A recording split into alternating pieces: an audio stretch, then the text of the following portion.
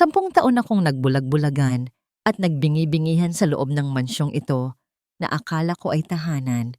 10 taon kong inuna ang bawat luho nila, tinitipid ang sarili ko hanggang sa wala nang matira, habang ang anak ko ay naghihingalo at nangangailangan ng kalinga.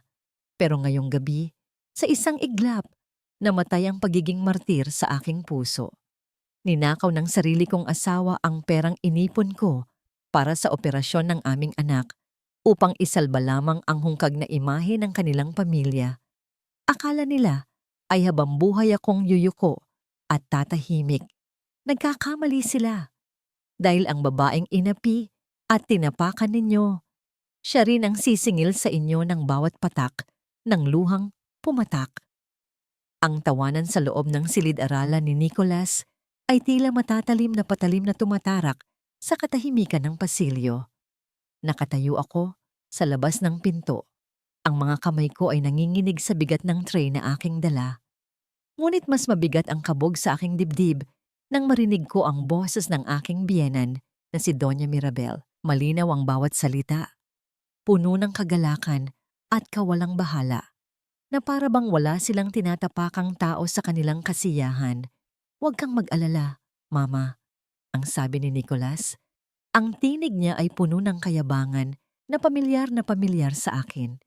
Siguradong mapapalingon ang lahat sa Grand Reunion kapag nakita nila ang bago kong sasakyan. Worth it ang bawat sentimo. Kailangan nating ipakita sa kanila na hindi bumabagsak ang mga Valmonte. Parang tumigil ang pag-ikot ng mundo ko nang marinig ko ang sagot ng kanyang ina. "Mabuti naman kung ganoon, anak. Pero paano yung pondo para sa operasyon ng bata? Di ba sabi ni Althea ay kailangan na yon sa susunod na buwan?" Isang nakakapanindig balahibong halakhak ang pinawalan ni Nicholas. Makakapaghintay ang hika ni Liane, "Mama, bata pa naman siya. Malakas ang resistensya. Tsaka na natin isipin yan. Ang mahalaga ngayon ay ang mukha natin sa sosyedad. Hindi pwedeng magmukha tayong kawawa." Bumaba ang tingin ko sa tray na hawak ko. Naroon ang umuusok pang kare-kare, ang paboritong ulam ni Nicholas na niluto ko ng buong pagmamahal. Ang totoo, wala na kaming budget para sa karne, kaya kinapalan ko na ang mukha ko kanina sa palengke. Halos lumuhod ako kay Mang Mario para lamang pautangin ako ng ilang kilo ng buntot ng baka at gulay. Tiniis ko ang mapanghusgang tingin ng mga tindera, ang bulungan ng mga kapitbahay na kesyo. Ang asawa ng isang Balmonte ay namamalimos ng pautang. Ginawa ko ang lahat ng yon dahil akala ko, sa simpleng hapunan na ito, mapapagaan ko ang loob niya. Akala ko, magkatuwang kami sa pagtataguyod ng pamilyang ito. Iyon pala, habang nagkukumahog ako sa pagtitipid at paghuhugas ng sarili naming mga damit para makapagsubi ng pera para sa anak namin, siya naman ay nagpapakasasa sa karangyaan gamit ang perang dapat ay buhay ni Lian. Naramdaman ko ang panlalamig ng aking buong katawan mula sa dulo ng aking mga daliri hanggang sa kaibuturan ng aking kaluluwa. Ang tray na hawak ko ay dahan-dahang dumulas mula sa aking mga kamay na tila nawalan na ng lakas at pakiramdam. Ang matinis na tunog ng nababasag na porselana ay umalingaw-ngaw sa buong bahay.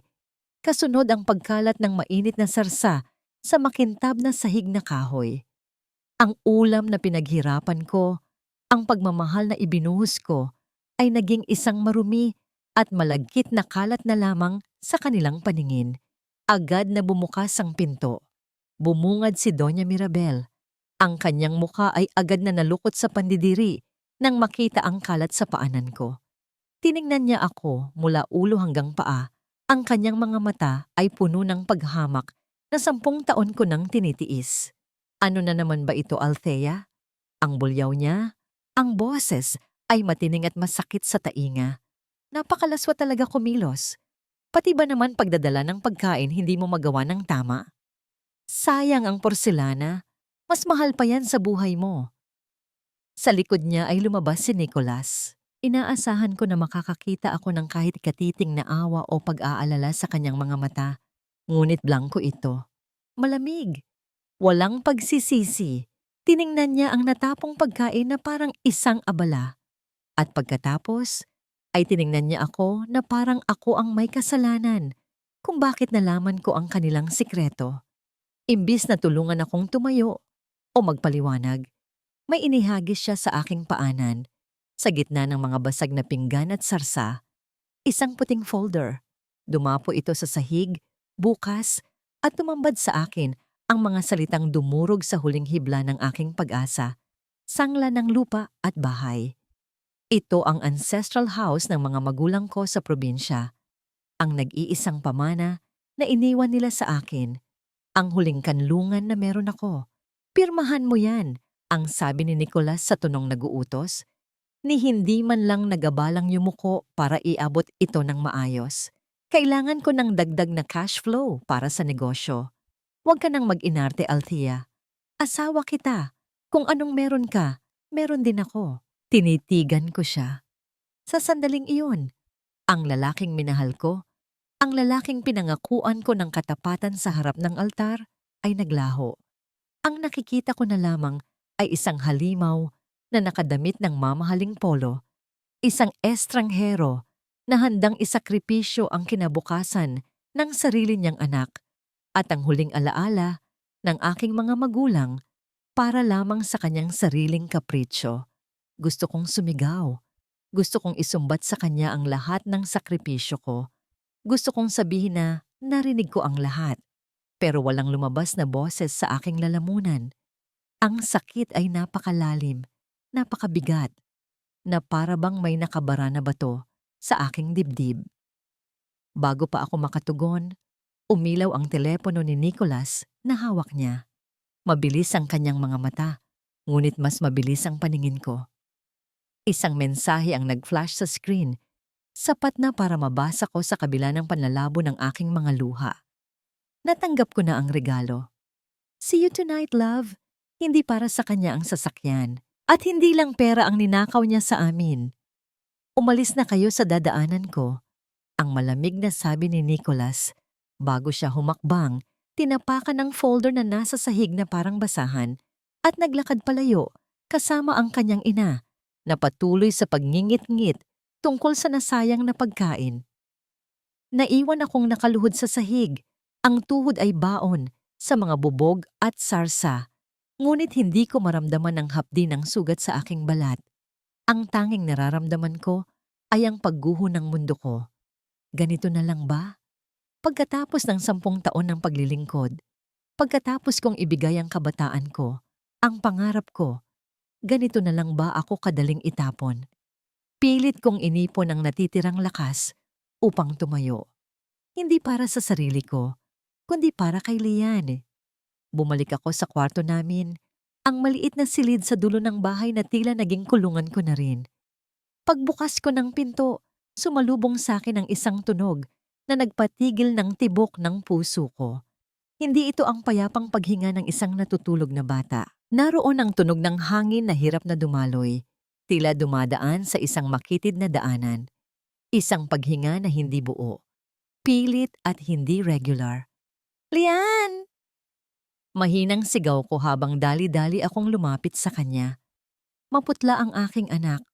Ang kanyang dibdib ay mabilis na umaangat at bumababa habang mahigpit niyang hawak ang bandang leeg. Ang kanyang mga mata ay bukas na bukas, puno ng takot, tila humihingi ng tulong na hindi niya mabigkas. Anak, nandito si Mama. Bulong ko. Pilit pinapakalma ang aking tinig.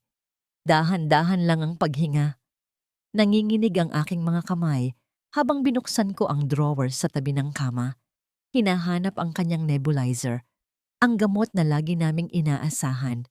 Nakita ko ang maliit na bote at agad ko itong kinuha. May pag-asang kumapit. Ngunit nang alugin ko ito, walang tunog na sumagot. Tahimik. Ubos na pala. Mabilis kong hinalungkat ang pitakang nakapatong sa mesa. Umaasang may natira pang kaunting barya mula sa pamamalengke. Sapat para makatakbo sa butika sa kanto. Binuksan ko ito at tila gumuho ang langit sa ikalawang pagkakataon ngayong gabi. Walang laman. Kahit ang mga barya na itinabi ko, nawala.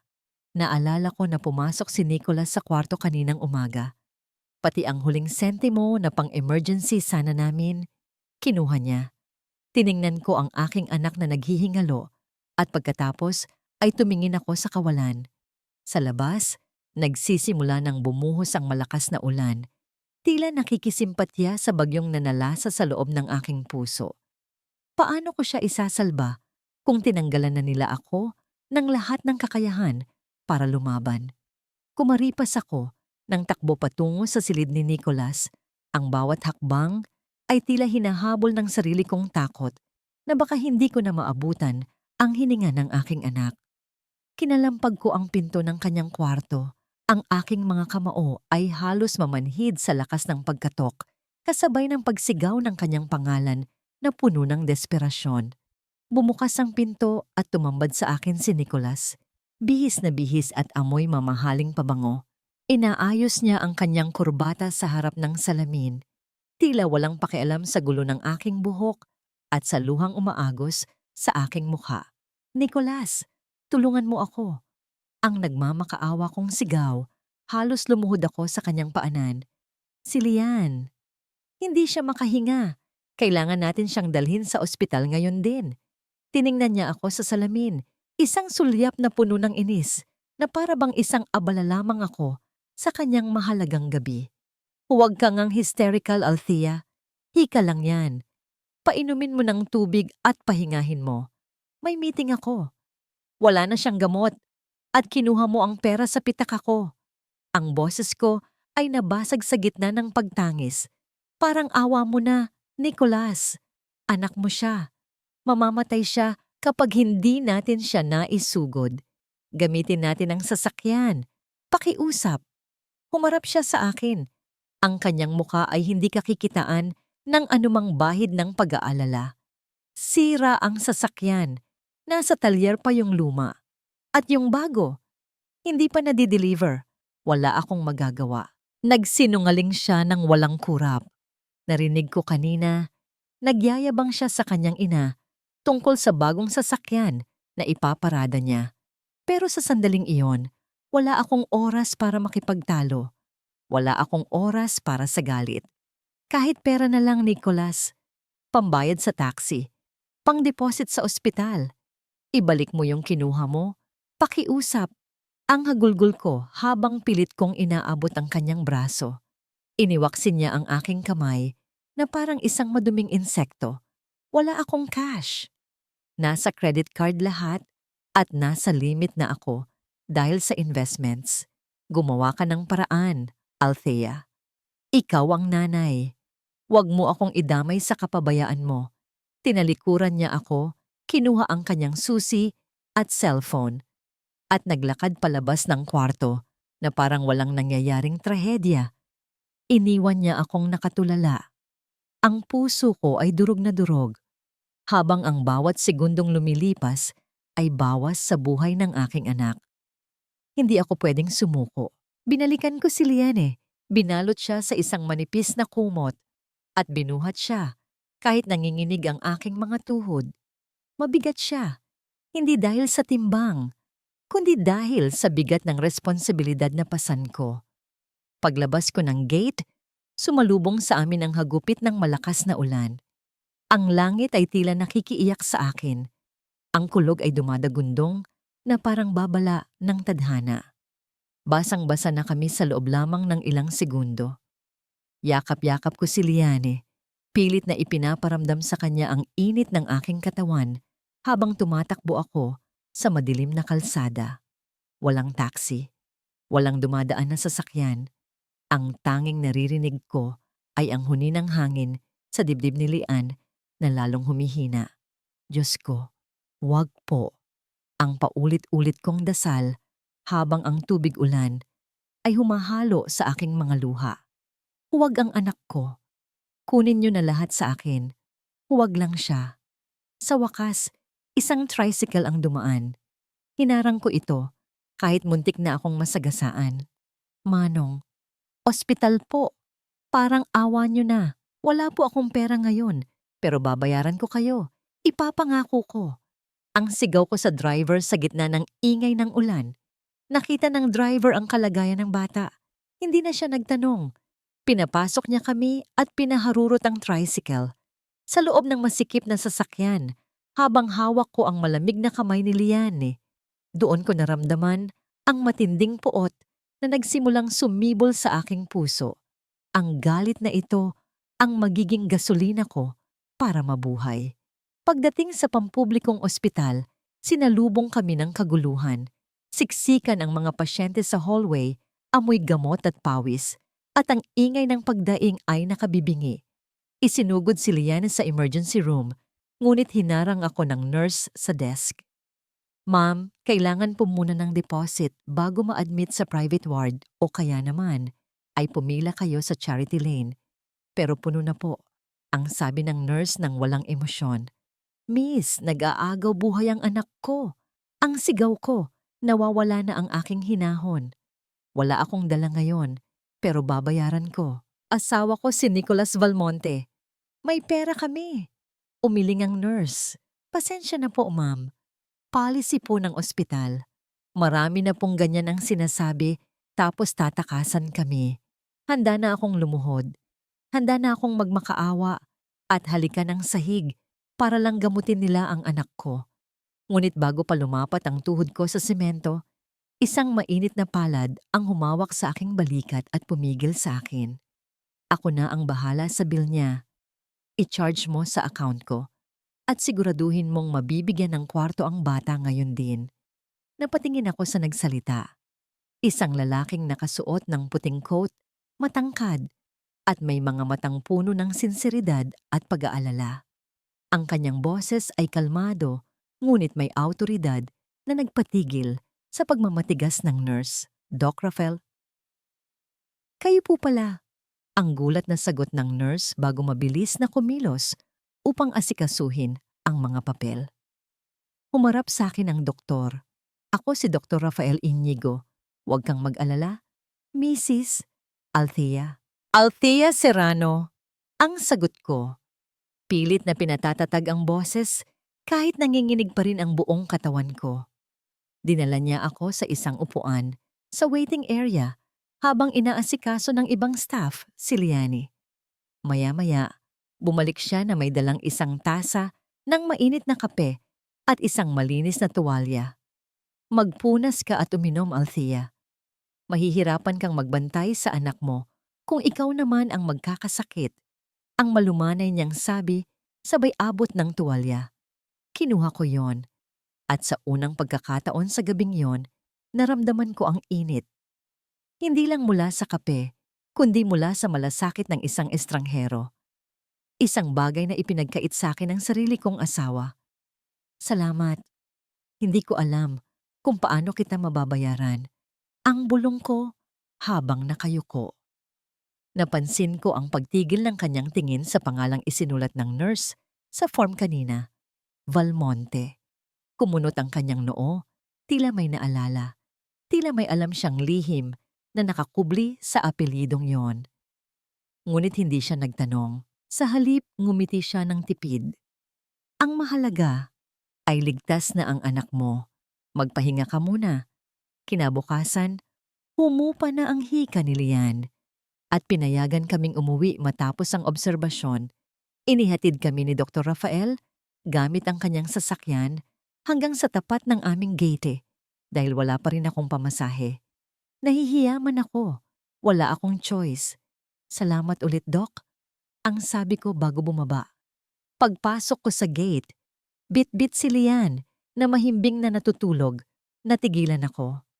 Sa gitna ng driveway, sa ilalim ng sikat ng umagang araw, nakaparada ang isang bagong-bagong SUV, kulay itim, makintab, at may laso pa sa hood. Hindi sira ang sasakyan. Hindi delayed ang delivery. Naroon ito kagabi pa. Pinili lang talaga ni Nicholas na huwag kaming tulungan. Bumukas ang pinto ng bahay at lumabas si Nicholas. Akala ko ay makikita ko ang pagsisisi, pero ang nakita ko ay purong galit. Mabilis siyang lumapit sa akin. Ang kanyang muka ay pulang-pula. Saan ka galing? Ang asik niya.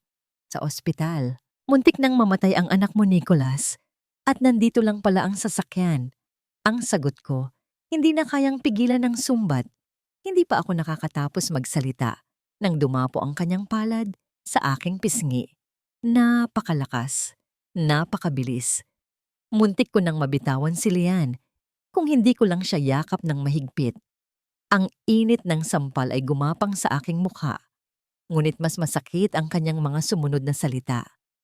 Ang kapal ng mukha mong magpahatid sa ibang lalaki. Nakita ko kayo. Isang mumurahing doktor? At nag-tricycle ka papalabas ng village kagabi? Alam mo bang pinag-uusapan ka na ng mga kapitbahay? Sinisira mo ang pangalan ko, Althea. Napaka-iskandalosa mo. Tinitigan ko siya habang hawak ang aking namumulang pisngi. Ang lasa ng dugo ay humalo sa aking bibig. Sa sandaling iyon, habang nakikita ko ang kanyang pag-aalala sa pangalan niya kaysa sa buhay ng anak namin, may namatay sa loob ko. At sa libingan ng pagmamahal na yon, may ibang bagay na isinilang. Ang isang malamig at matalas na determinasyon. Tapos na akong maging martir, Nicholas. Huli na ito. Ang pamamaga sa aking pisngi ay humupa na. Ngunit ang lamig na bumabalot sa aking puso ay lalo lamang tumigas. Kinaumagahan, pagkagising ko, isinuot ko ang maskara na inaasahan nilang makita. Ang muka ng isang masunuring asawa na marunong lumugar. Nagtimpla ako ng kape para kay Doña Mirabel at inihanda ang damit ni Nicholas. Tila ba walang nangyaring sampalan at sumbatan nung nakaraang gabi. Sorry, Nico. Ang mahina kong sambit habang inaayos ang kwelyo ng kanyang polo. Hindi na mauulit. Hindi siya sumagot.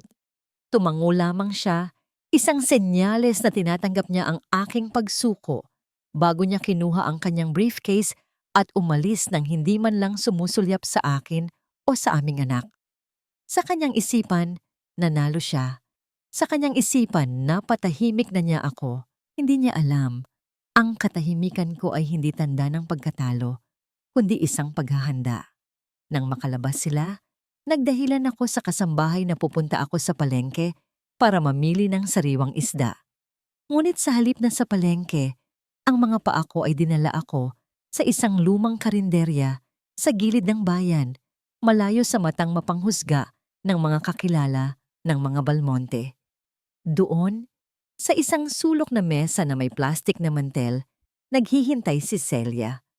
Ang matalik kong kaibigan mula pa noong kolehiyo at ngayon ay isa ng matapang na abogado.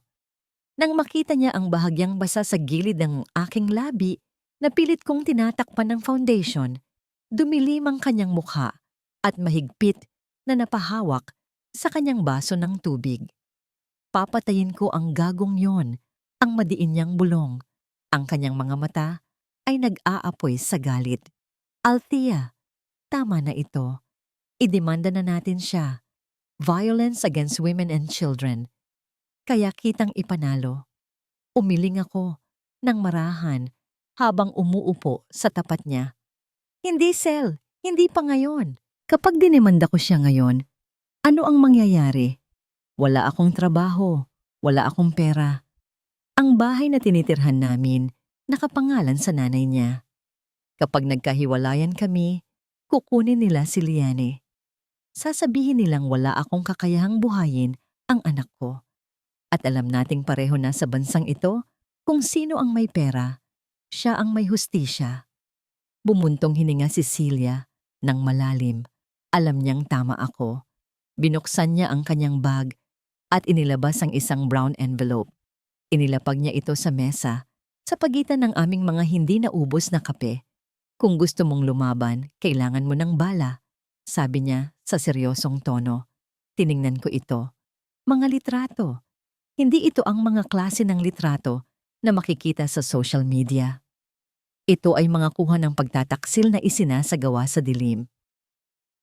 Si Nicholas, kahalikan ng isang babaeng mas bata, mas makinis, at nakasuot ng mga damit na nagkakahalaga ng higit pa sa tuition ni Lian. Si Monique del Rosario, ang paliwanag ni Celia habang tinititigan ko ang mga larawan Nang walang emosyon, anak ng may-ari ng Prime Builders, ang kumpanyang kalaban ng pamilya nila sa bidding para sa bagong mall project. Ginagamit lang siya ni Nicholas para makakuha ng inside information o baka ginagamit din siya ni Monique. Pareho silang naglalaro ng apoy. Inaasahan ko na masasaktan ako. Inaasahan ko na iiyak ako, gaya ng mga babae sa telenovela kapag nalaman nilang may iba ang asawa nila. Ngunit ang naramdaman ko lamang ay isang kakaibang ginhawa. Ang mga larawang ito ay hindi patunay ng aking kakulangan, kundi patunay ng kanyang kabulukan. Ito ang magiging susi ng aking kalayaan. But photos aren't enough, Althea. Pagpapatuloy ni Celia, ang kanyang tinig ay bumalik sa pagiging professional. Adultery is a crime, yes. Pero kung gusto mong makuha si Lian at ang nararapat sa'yo, kailangan nating patunayan na siya ay unfit parent at criminal. Kailangan natin ng ebidensya ng illegal activities ng negosyo nila. Tax evasion, money laundering. Alam kong meron yan. Ikaw ang accountant dati. Alam mo kung saan titingin. Tumango ako. Ang utak ko ay nagsimula ng magtrabaho.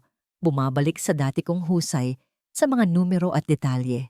Kailangan kong magpanggap na tanga habang kinakalap ko ang lahat ng baho nila. Bago ako umalis, dumaan muna ako sa maliit na banyo ng karinderya. Ang salamin doon ay lumana at may mga lamat. Ngunit sapat na ito para makita ko ang aking sarili. Kinuha ko ang panyo at marahas na pinunasan ang aking mga luha na nagbabadya pa ring pumatak. Pagkatapos, kinuha ko ang aking pulang lipstick, ang tanging luho na itinago ko mula sa aking pagkadalaga. Iginuhit ko ito sa aking mga labi, isang matingkad na kulay ng dugo. At tapang, tinitigan ko ang aking refleksyon. Wala na ang takot sa aking mga mata. Ang babaeng nakatingin sa akin ay hindi na biktima. Siya ay isa ng manlalaro sa isang larong kailangan niyang ipanalo para sa kanyang anak. Pagka-uwi ko sa mansyon ng mga Balmonte, agad akong nagtungo sa kwarto. Kunwari ay maglilinis ako ng mga gamit ni Nicholas. Kailangan kong maghanap. Alam kong burara siya. Alam kong ang kayabangan niya ang magpapahamak sa kanya. Habang inaayos ko ang kanyang mga sapatos sa cabinet, napansin ko ang isang pares ng lumang leather shoes na hindi niya na ginagamit pero ayaw niyang ipatapon. Ito ang sapatos na suot niya nung nagsimula. Silang magkaproblema sa BIR 2 taon na ang nakakaraan. Kinuha ko ito. Mabigat. Kinapa ko ang loob. Ang insole nito ay bahagyang nakaangat. Dahan-dahan, gamit ang dulo ng aking kuko, sinungkit ko ito. Walang ingay. Tanging ang mahinang kaluskos ng natutuklap na pandikit ang maririnig sa tahimik na kwarto. Sa ilalim nito, nakasiksik ang isang maliit na itim na kwaderno. Nipis lamang ito, ngunit nang buklatin ko, laman nito ang mga petsa, pangalan, at halaga na hindi tugma sa official books ng kumpanya. Mga suhol, mga transactions na walang resibo. Ito ang ledger ng kadiliman na matagal ko nang hinalang existido. Mabilis ko itong kinunan ng litrato gamit ang aking cellphone at ibinalik sa dating ayos. Sakto naman ang pagbukas ng pinto. Pumasok si Doña Mirabel. Ang kanyang mga mata ay nagniningning sa isang baluktot na kagalakan.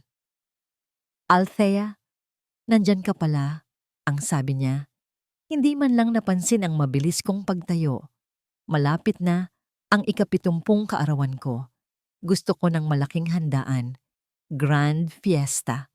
Imbitado ang lahat ng mayor at gobernador. Kailangan nating ipakita na tayo pa rin ang pinakamakapangyarihang pamilya dito. Nakayuko ako. Itinatago ang panginginig ng aking mga kamay. Opo, Mama. Pero wala na po tayong budget para sa ganoong kalaking party. Lumapit siya sa akin at hinawakan ang aking balikat. Ang kanyang hawak ay mahigpit. Masakit. Tila ba ipinapaalala niya kung sino ang may-ari sa akin. Kaya nga naisip ko, yung kwintas na pamana ng nanay mo. Yung antique? Tutal hindi mo naman nasusuot. at hindi bagay sa'yo dahil masyadong elegante, ibenta mo na. Malaki ang maitutulong nun para sa catering at decorations. Nag-angat ako ng tingin. Ang kwintas na yon ang huling bagay na suot ng nanay ko bago siya namatay. Iyon na lang ang meron ako. Pero mama, wala nang pero-pero. Ang putol niya. Ang boses ay tumaas na parang matinis na sirena. 10 taon ka naming palamunin dito. Althea, oras na para magbayad ka ng utang na loob. Bukas na bukas, isasangla mo yon. Maliwanag? Iniwan niya ako sa gitna ng kwarto. Ang utos niya ay tila hatol ng kamatayan sa aking mga alaala. Ngunit sa halip na umiyak, napangiti ako ng mapait. Gusto nila ng grand fiesta? Gusto nilang magpasikat sa harap ng lahat? Pwes, ibibigay ko sa kanila ang pinakamalaking palabas na hinding-hindi nila makakalimutan. Ibebenta ko ang kwintas, pero ang kapalit nito ay ang kanilang pagbagsak. Mabigat ang sobrang hawak ko, hindi dahil sa kapal ng pera sa loob, kundi dahil sa bigat ng kasinungalingang nakapaloob dito. Nasa harap ko si Doña Mirabel, nakaupo sa kanyang paboritong silyon habang hinihimas ang kanyang pusang si Snowball. Inilapag ko ang sobre sa mesa sa tabi ng kanyang tasa ng tsaa na umuusok pa. Iyan na po ang pinagbentahan ng kwintas ni nanay. Ang sabi ko, ang boses ko ay mababa at puno ng respeto. Isang perpektong pagganap ng isang manugang na sunod-sunuran. Ang totoo, ang kwintas ay ligtas na nakatago sa vault ni Celia. Ang perang laman ng sobre ay galing sa sarili kong ipon na itinago ko sa ilalim ng loose floorboard ng kwarto ni Liane. Ang pondo sanang pang-emergency na hindi nahanap ni Nicholas. Masakit bitawan ang perang iyon, pero alam kong ito ang entrance fee ko sa kanilang laro. Ito ang pain para makuha ko ang kanilang tiwala. Kinuha ni Doña Mirabel ang sobre at sinilip ang laman. Napangiwi siya. Ang kanyang mga kilay ay nagsalubong sa disgusto. Ito lang, akala ko ba ay antike iyon? Bakit parang pang-divisorya lang ang presyo? Masyado na pong luma ang disenyo, mama, at mababa ang palitan ng ginto ngayon. Ang mahinahon kong paliwanag. Kahit na sa loob-loob ko, ay gusto kong isigaw na ang halaga ng kwintas na yon ay higit pa sa dignidad ng buong pamilya nila. Bumuntong hininga siya at ibinalibag ang sobre sa mesa. Kulang na kulang ito para sa catering.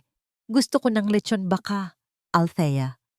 Gusto ko ng imported na wine.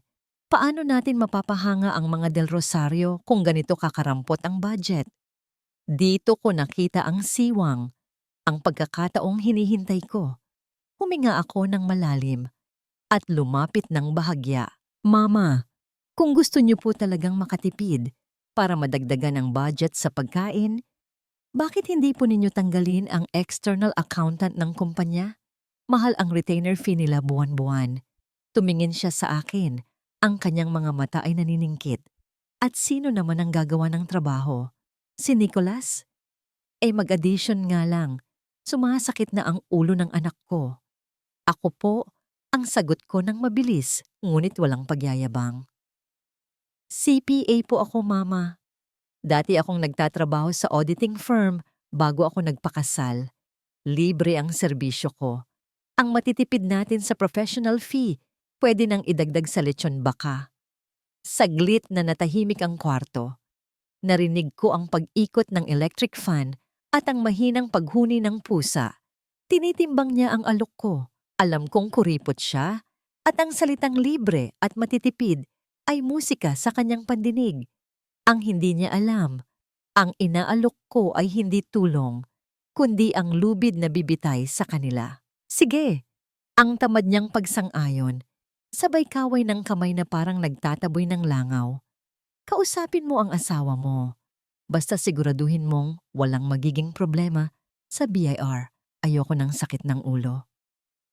Nang gabi ring iyon, nakuha ko ang access sa laptop ni Nicholas. Dahil sa sobrang tiwala niya o dahil sa sobrang pagmamaliit niya sa kakayahan ko, ibinigay niya agad ang password. Ikaw na ang bahala dyan, Althea. Basta ayusin mo ang cash flow para makabili pa ako ng materials. Ang sabi niya habang abala sa panonood ng basketball sa sala, ni hindi man lang ako tinitingnan. Dinala ko ang laptop sa kusina.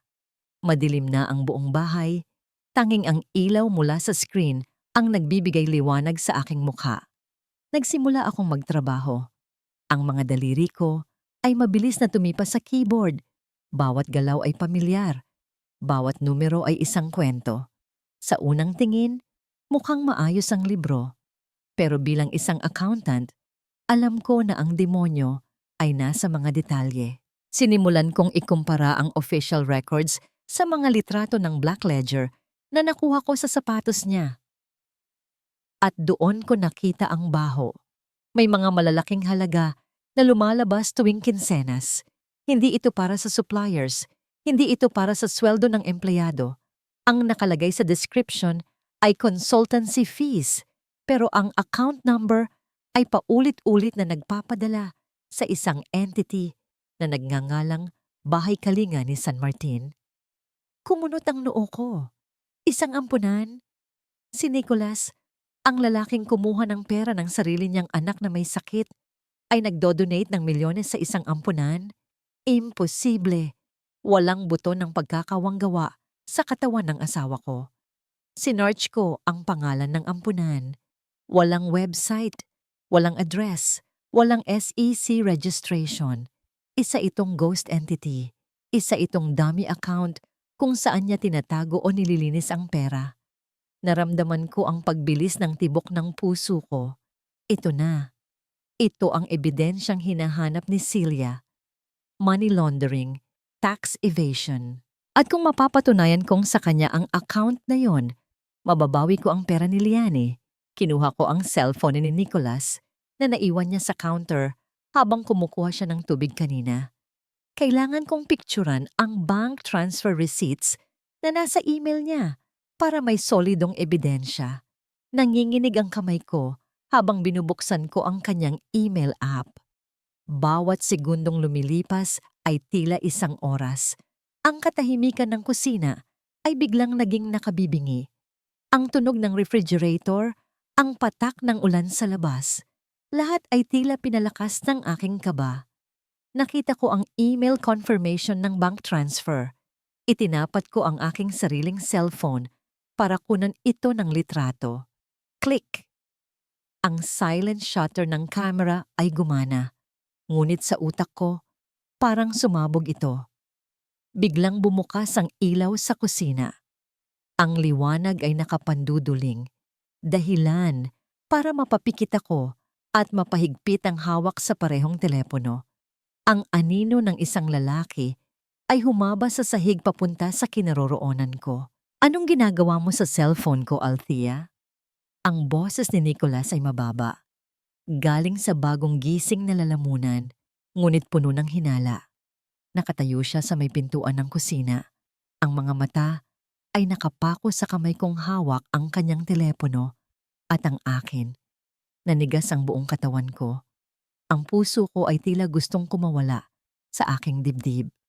Kung malalaman niya ngayon, tapos na ang lahat. Mawawala si Liane, mawawala ang pag-asa ko.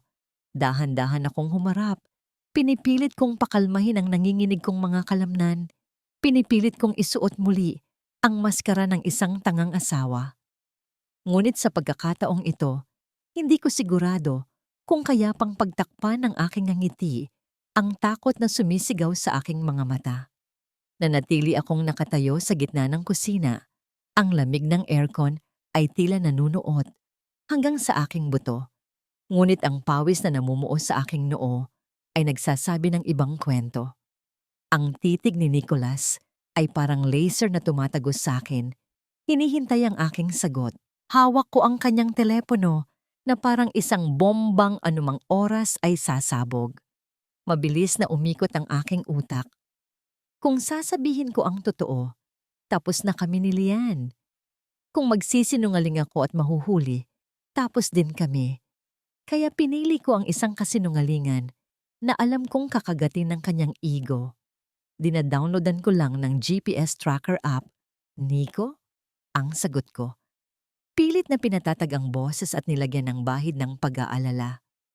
Narinig ko kasi sa balita kanina na talamak ang karnaping ng mga luxury SUVs ngayon.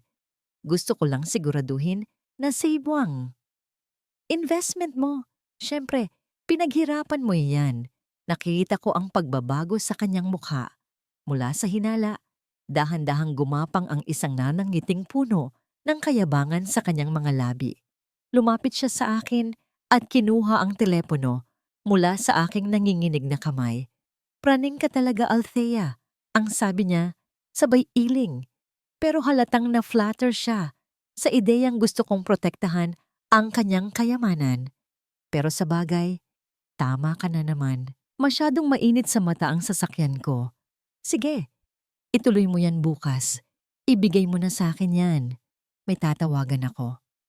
Tinalikuran niya ako at bumalik sa sala. Huni ng kanyang sipol, ang tanging naiwan sa hangin.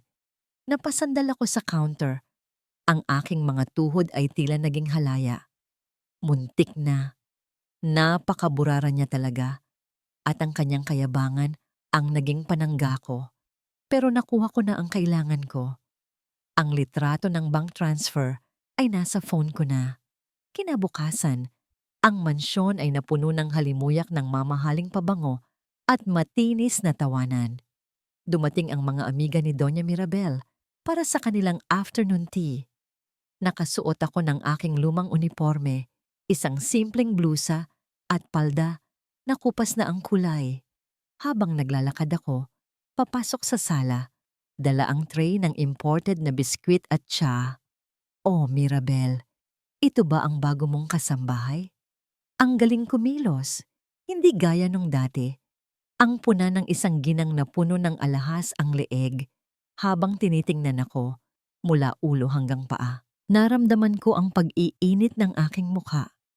Gusto kong ibato ang tray.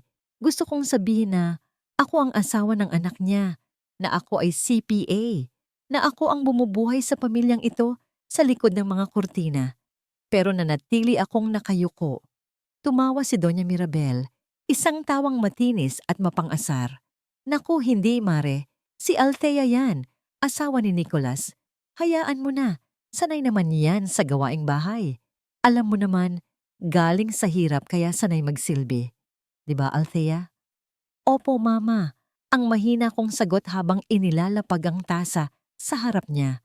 Masarap ang pakiramdam ng magsilbi sa pamilya, lalo na kung alam mong ang bawat subo nila ay binabayaran ng pawis mo. Diba?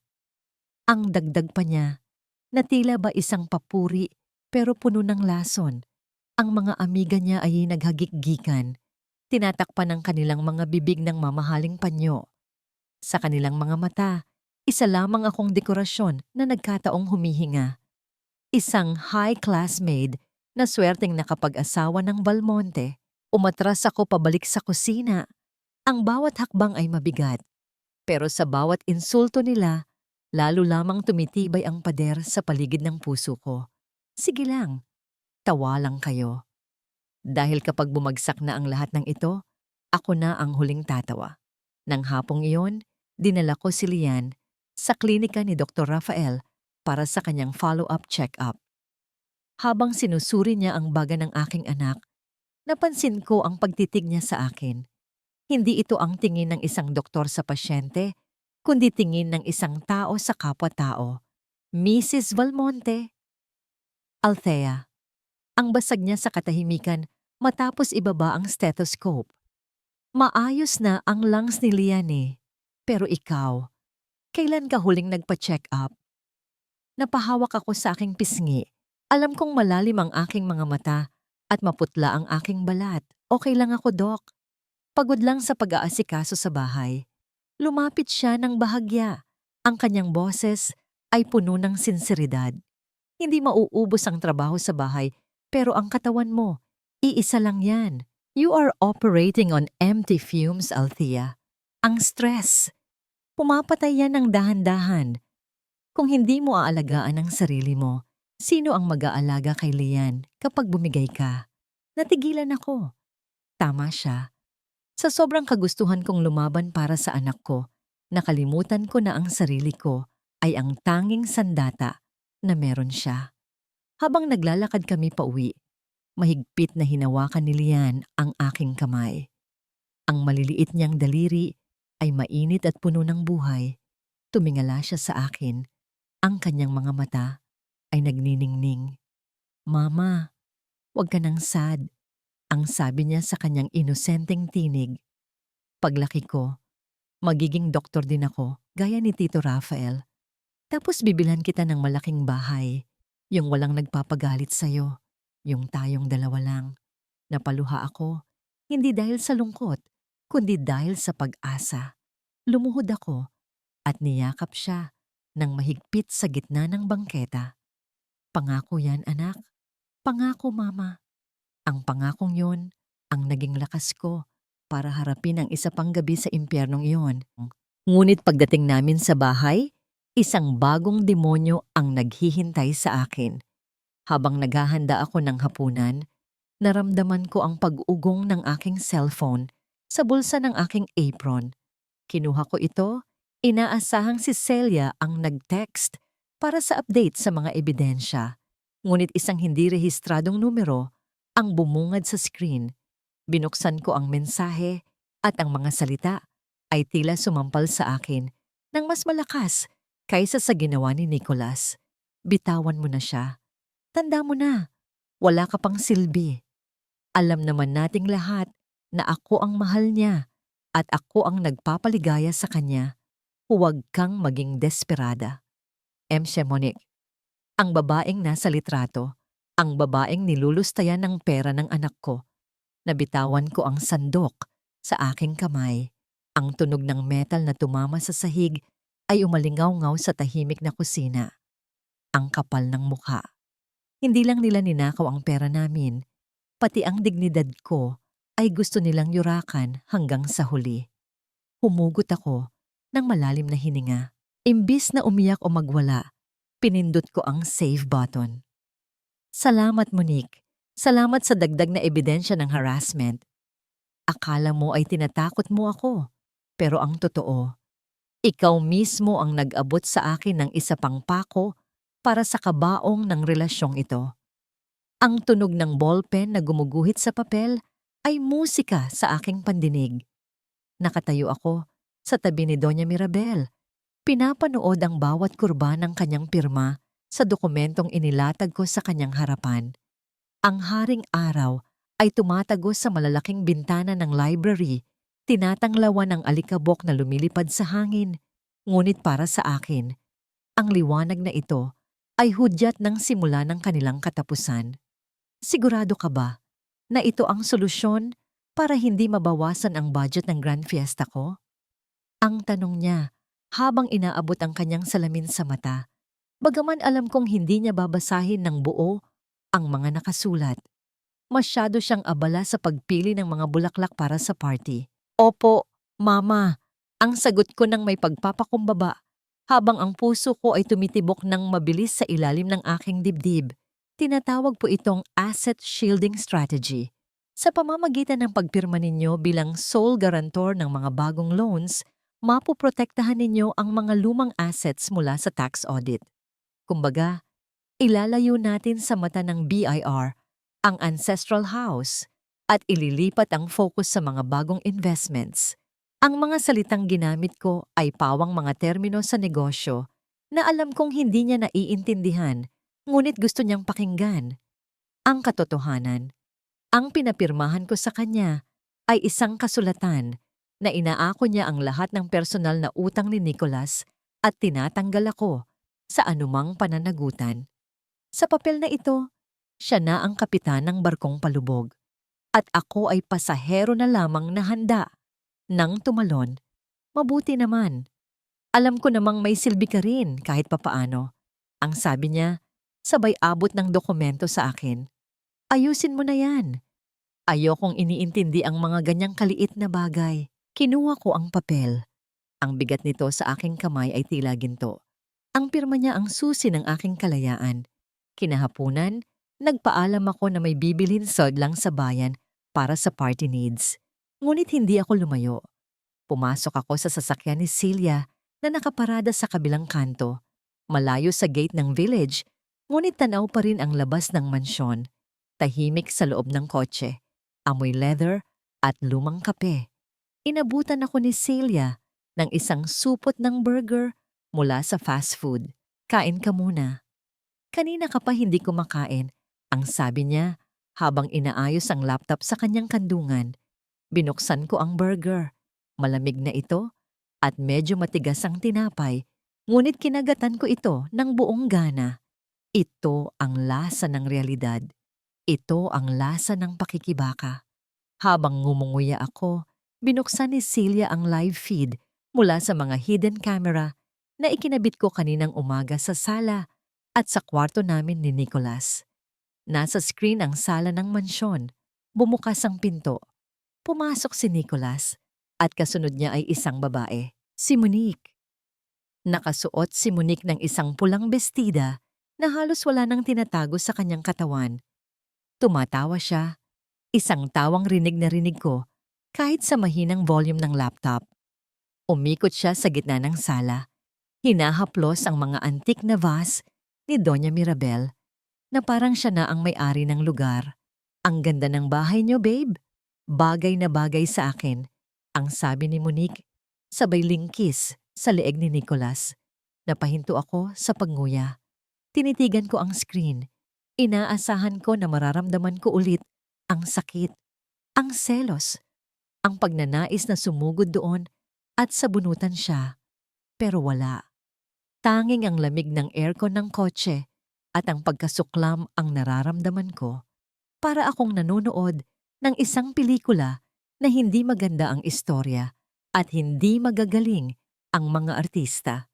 Wait until you see the bedroom, ang sagot ni Nicholas bago siya halikan ng mariin. Napanood ko kung paano sila umakyat sa hagdan. Napanood ko kung paano sila pumasok sa kwarto. Ang kwarto kung saan ako natutulog, kung saan ko inalagaan si Lian. Nung mga gabing nilalagnat siya. Nang magsimula silang magtanggal ng damit, isinara ko ang laptop. Hindi ko na kailangang makita ang iba pa. Sapat na ang na-record ni Celia. Okay ka lang? Ang tanong ni Celia. Ang boses ay puno ng pag-aalala. Pinunasan ko ang mumo sa gilid ng aking labi at uminom ng tubig. Tumingin ako sa kanya at ngumiti ng tipid. Ngayon lang ako naging okay, Sel. Kasi ngayon, sigurado na ako. Wala na akong babalikan. Ang bahay na yan. Hindi na yan tahanan. Isa na lang yang estruktura na malapit ng gumuho. Habang nag-uusap kami, may kumatok sa bintana ng kotse.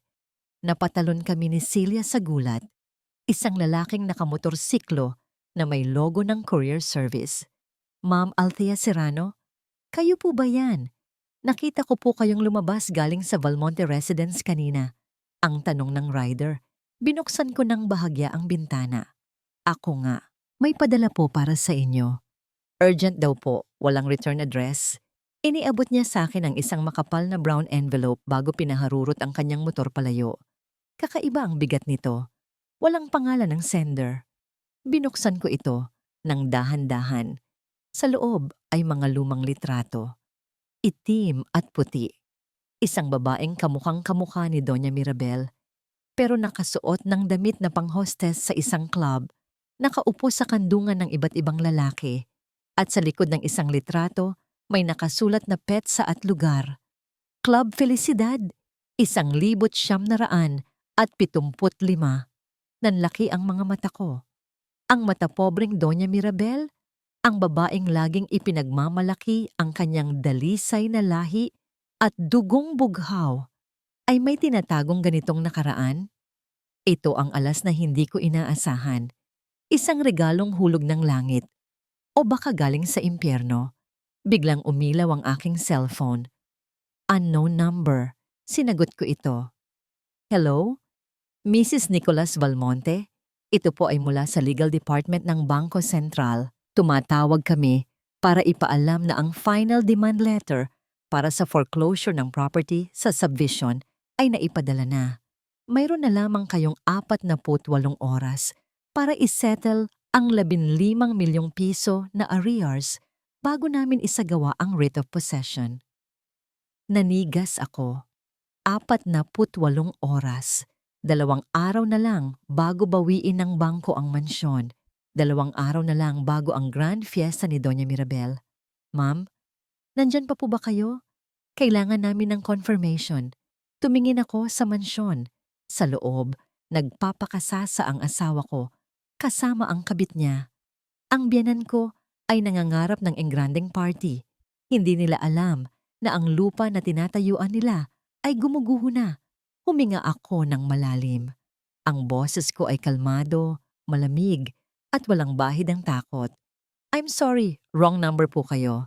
Pinatay ko ang tawag. Pagkatapos, binuksan ko ang settings ng aking telepono at blynock ang numero ng bangko. Ibinalik ko ang telepono sa bulsa at tumingin kay Celia.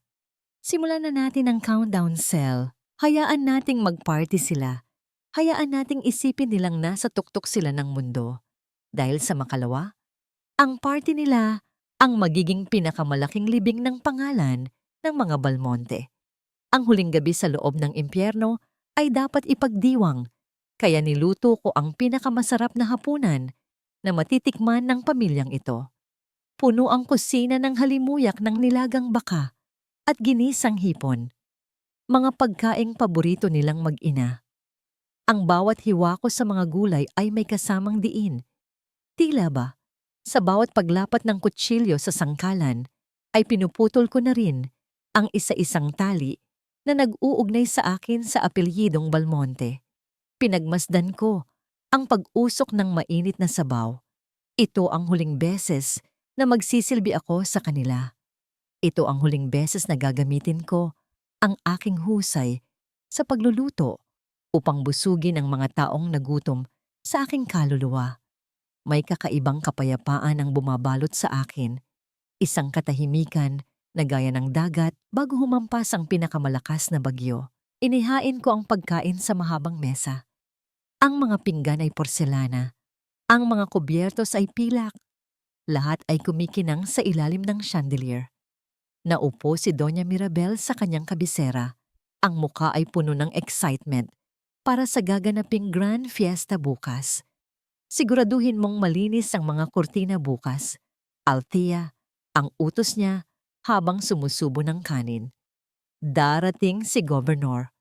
Ayokong makakita ng kahit isang hibla ng alikabok. Dapat magmukhang palasyo ang bahay na ito. Opo, Mama, ang sagot ko. Habang sa isip ko ay sinasabi kong, bukas, ang palasyo mo ay magiging abo. Si Nicholas naman ay tahimik, hindi mapakali. Ang kanyang mga mata ay malikot, palaging sumusulyap sa kanyang telepono na nakataob sa mesa.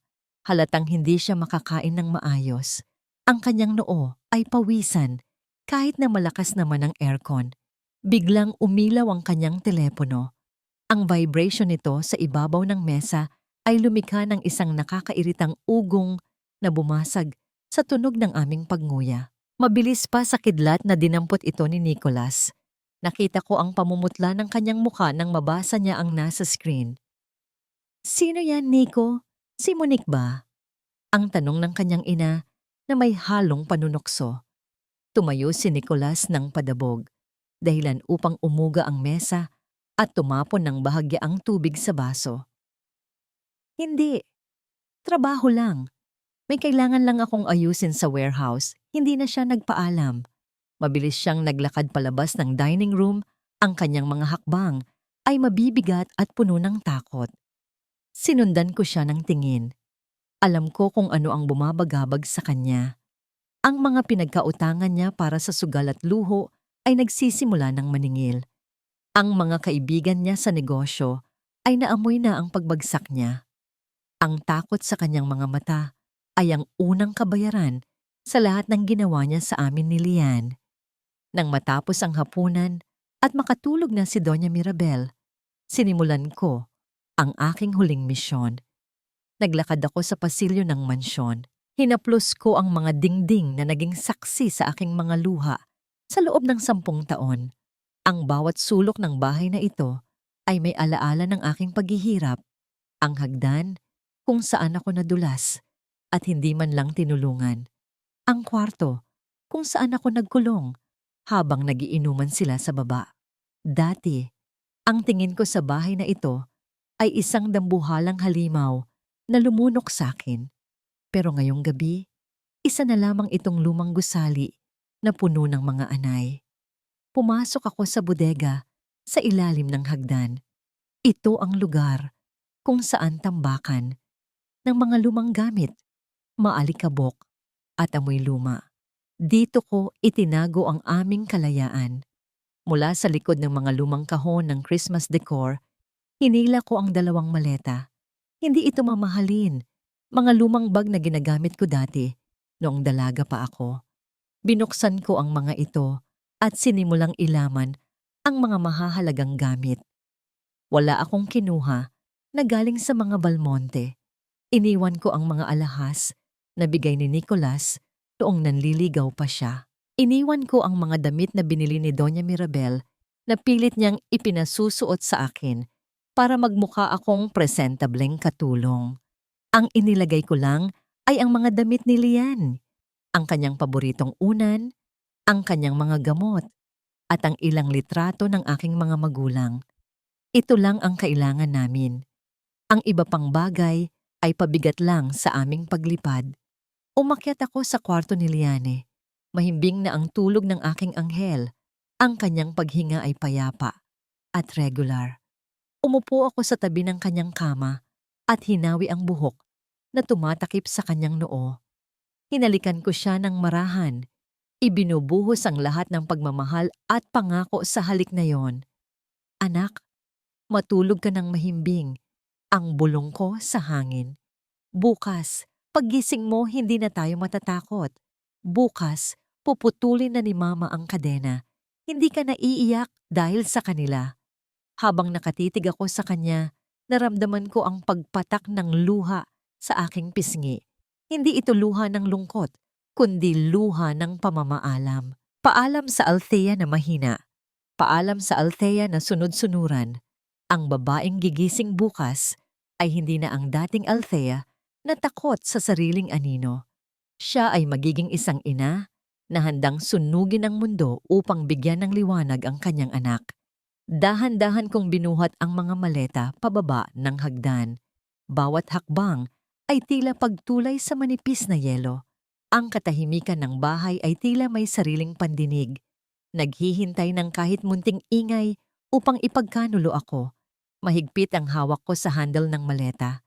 Ang aking mga daliri ay namumuti sa diin, habang ang pawis ay tumutulo sa aking sentido sa kabila ng lamig ng gabi. Pagdaan ko sa may terrace, narinig ko ang boses ni Nicolas. Nakatayo siya sa dilim. Ang upos ng sigarilyo ay tila alitap-tap na nagliliwanag sa kanyang nanginginig na kamay. Nakatalikod siya sa akin. Kausap ang kung sino sa telepono at ang kanyang tinig ay basag na basag sa takot. Parang awa niyo na. Bukas. Bukas na bukas din magbabayad ako. Ang pabulong ngunit madiin niyang pakiusap. May party ang mama ko. Maraming mayayamang bisita. Makakakuha ako ng pera. Huwag lang kayong pumunta dito. Papatayin ako ng mama ko kapag nalaman niya. Napahinto ako sa dilim. Ang dating Nicolas na mapagmataas at puno ng yabang ay wala na. Ang nasa harap ko ay isang batang takot, na takot mapalo. Isang lalaking duwag na nagtatago sa saya ng kanyang ina habang nilulustay ang kinabukasan ng sarili niyang pamilya. Tiningnan ko siya sa huling pagkakataon. Walang awa, walang pagmamahal. Tanging ang pagpapatibay na tama, ang desisyon kong iwan siya sa laban na siya mismo ang nagsimula. Nagpatuloy ako sa paglakad patungo sa bodega sa ilalim ng hagdan.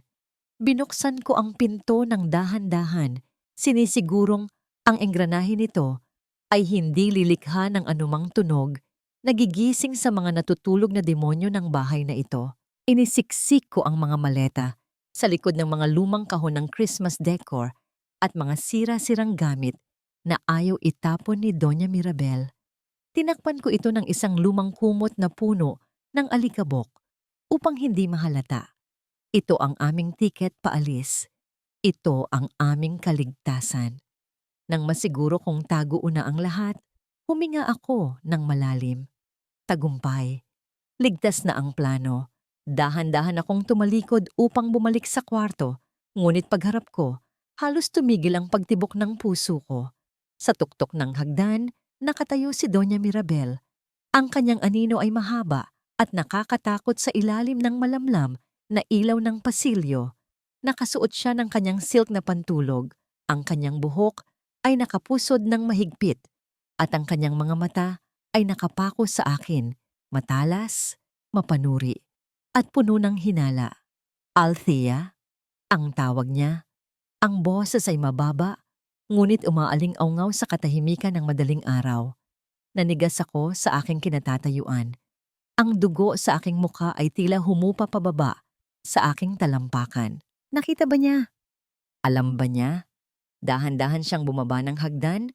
Ang bawat tapak ng kanyang tsinelas sa sahig na kahoy ay tila countdown ng isang bombang sa sabog. Huminto siya sa tapat ko. Ang amoy ng kanyang mamahaling night cream ay humalo sa amoy ng alikabok ng bodega. Ang kanyang paningin ay lumipat mula sa aking namumutlang mukha patungo sa pinto ng bodega na nasa likuran ko na hindi ko pa tuluyang naisasara. Anong ginagawa mo dyan sa bodega ng ganitong oras? Ang tanong niya. At sa pagkakataong ito, hindi ito tanong. Ito ay isang akusasyon. Bakit parang may tinatago ka? Ang kanyang kamay ay humakbang upang buksan ng tuluyan ang pinto ng bodega kung saan nakatago ang mga maletang naglalaman ng buong buhay namin ni Lian. Ang tingin ni Doña Mirabel ay tila isang malamig na kamay na sumasakal sa aking leeg.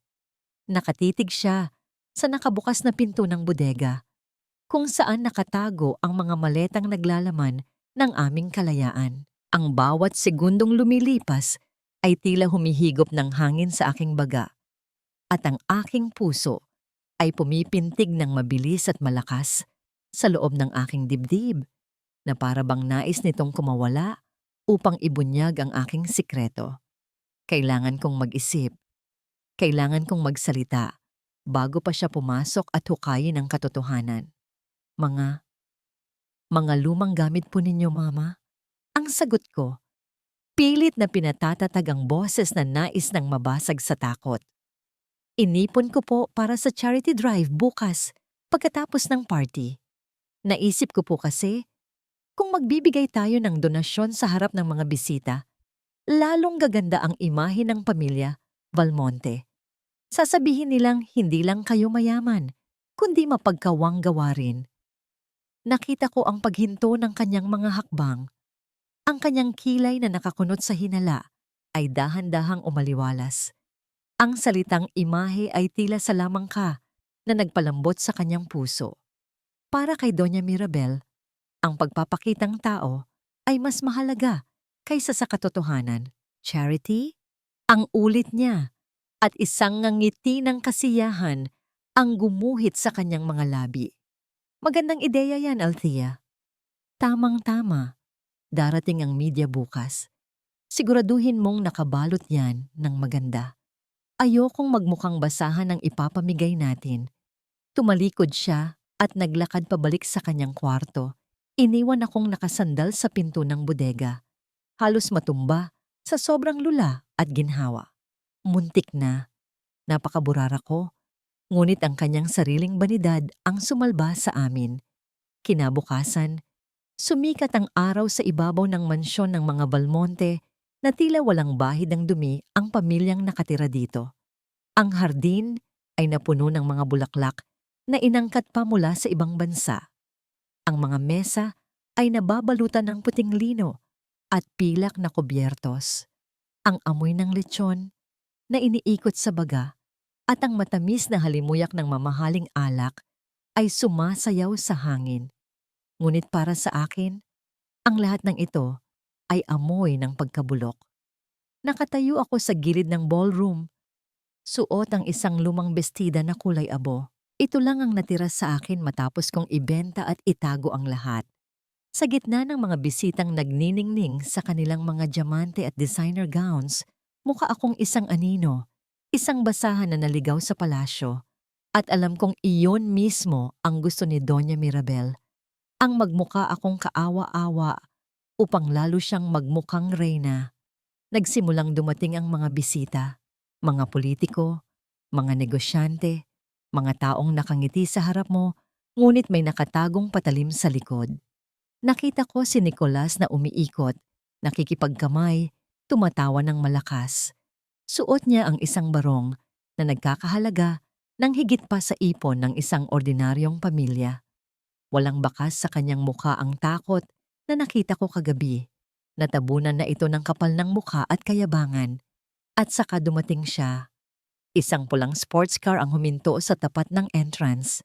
Bumaba si Monique. Suot ang isang pulang gown na hapit sa kanyang katawan na tila isinisigaw sa mundo na siya ang sentro ng atensyon.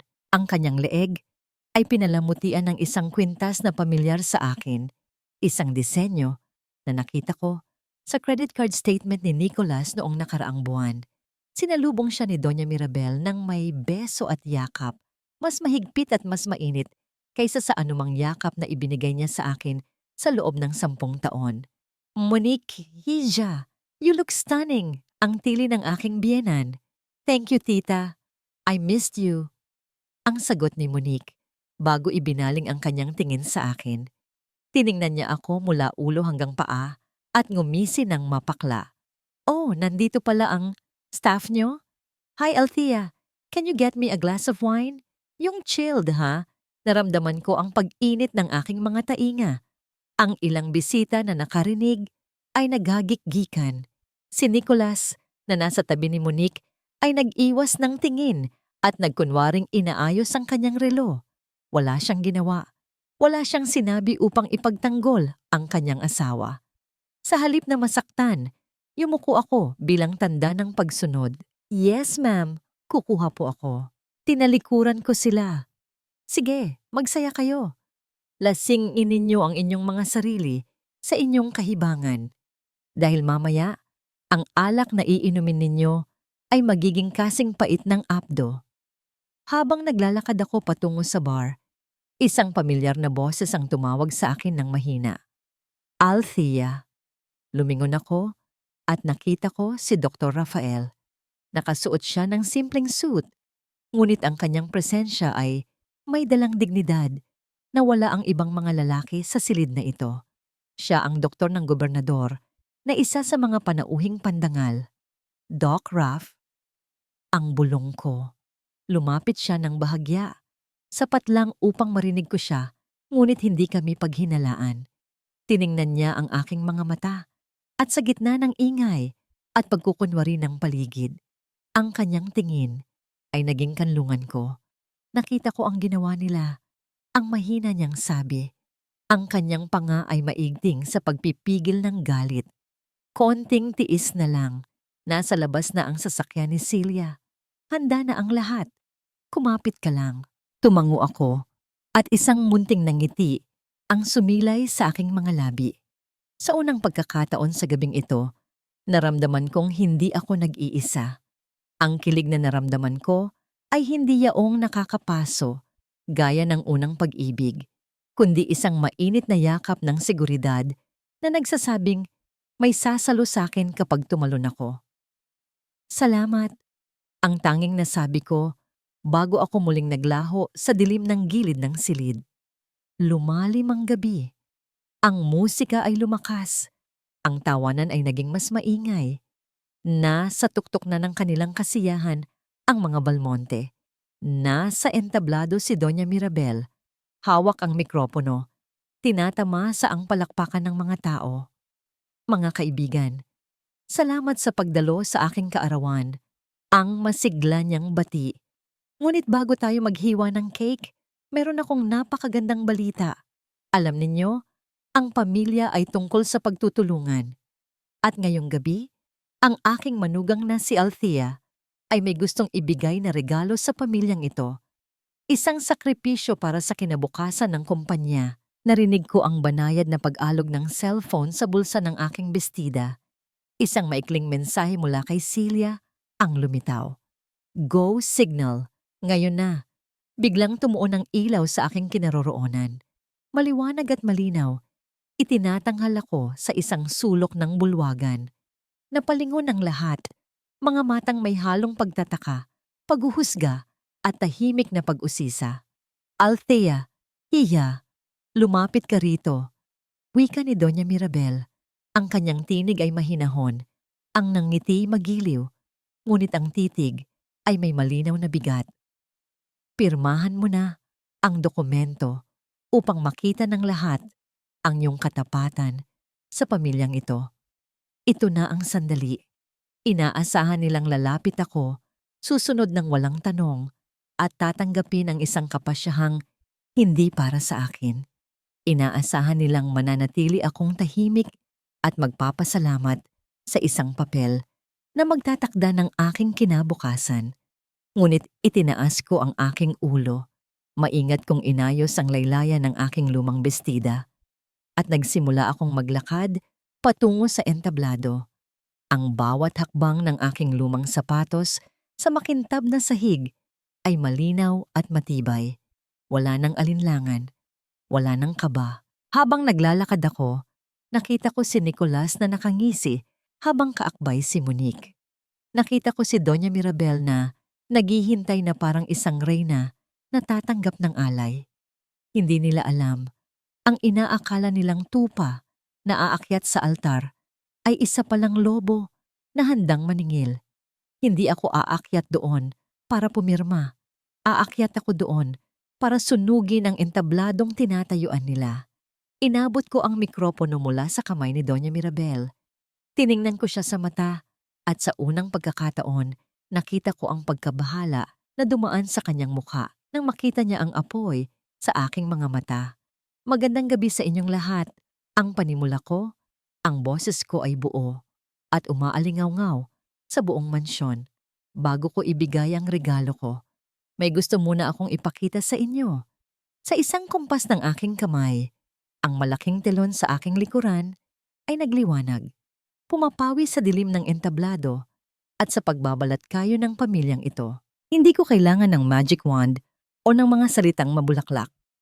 Ang kailangan ko lang ay ang katotohanan na matagal nilang inilibing sa ilalim ng kanilang kayabangan. Ang inaasahan nilang video montage ng masasayang alaala ng pamilya Valmonte ay hindi lumabas. Sa halip, ang tumambad sa malaking screen ay ang kuha ng CCTV sa sala noong nakaraang araw. Malinaw ang bawat detalye, malinaw ang bawat mukha. Si Nicolas at si Monique nakaupo sa sofa na parang mga hari at reyna habang pinagtatawanan ng litrato ng aking namayapang ina. Ang baduy talaga ng mga alahas ng nanay niya. Babe, ang rinig na sabi ni Monique sa video. Ang kanyang tawa ay matinis at masakit sa tainga ng mga disenteng tao sa ballroom. Pero okay na rin. At least may pang down payment tayo sa condo. Ang sunod na lumabas ay mas lalong nagpabigat sa hangin sa loob ng silid. Isang dokumento ng bank transfer, ang source account, Lyan's Medical Fund, ang destination, Prime Motors, luxury SUV payment. Ang kaninang masiglang bulungan ng mga bisita ay napalitan ng isang katahimikang mas mabigat pa sa tingga. Tila ba hinigop ng screen ang lahat ng hangin sa silid, naiwan ang lahat na habol ng kanilang hininga sa gulat. Ang mga mata ng daan-daang bisita, mga kilalang tao sa lipunan, mga politiko, mga negosyante, ay sabay-sabay na lumipat mula sa screen patungo kay Nicolas at pagkatapos ay kay Doña Mirabel. Humigpit ang hawak ko sa mikropono. Ito ang sandali ng aking paglaya. Mama, ang basag ko sa katahimikan, ang boses ko ay kalmado, ngunit nanunuot. Sa bawat sulok ng mansyon, ito ang regalo ko.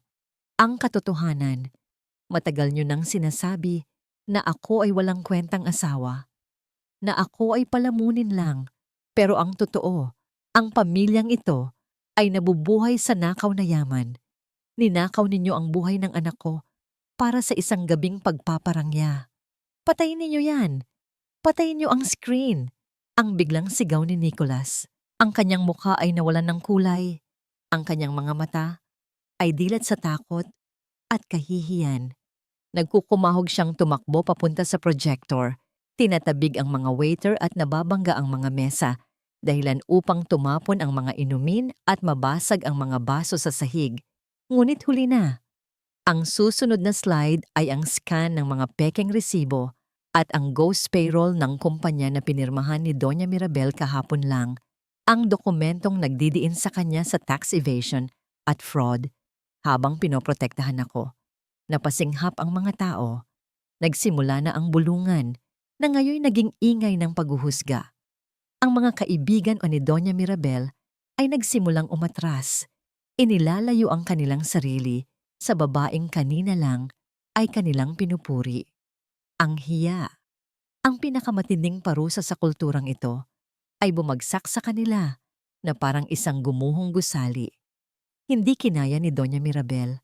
Ang babaeng laging taas noo, ang matronang hindi marunong yumuko, ay napahawak sa kanyang dibdib. Ang kanyang mga tuhod ay bumigay sa bigat ng kahihiyan. Dahan-dahan siyang bumagsak sa sahig, ang kanyang magarang gown ay kumalat sa paligid niya habang ang kanyang korona ng kasinungalingan ay tuluyan ng nadurog. Ang sigaw ni Nicholas, ngunit hindi siya makalapit dahil hinarang siya ng mga tingin ng mga taong dati ay humahanga sa kanya. Monique? Sinubukan niyang hanapin ang kanyang kabit, ngunit ang babaeng nakapula ay matagal nang tumakas, nawala sa karamihan nang mapagtanto niyang lumubog na ang barko. Binaling ni Nicholas ang kanyang nag-aapoy na tingin sa akin. Ang galit sa kanyang mukha ay anyo ng isang demonyo.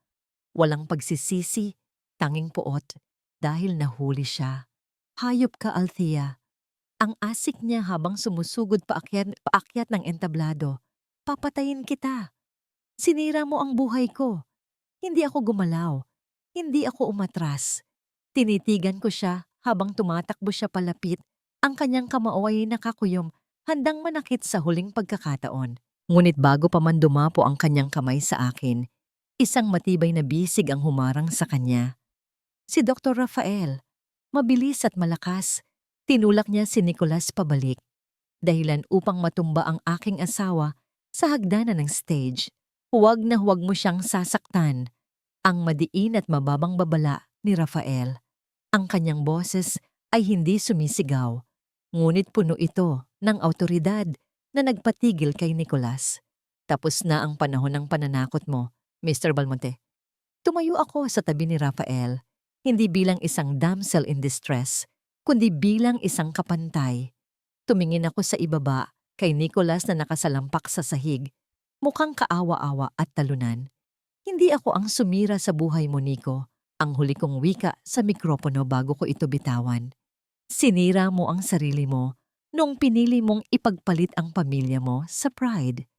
At huwag kang mag-alala. Hindi ko kukunin ang kahit ano sa inyo.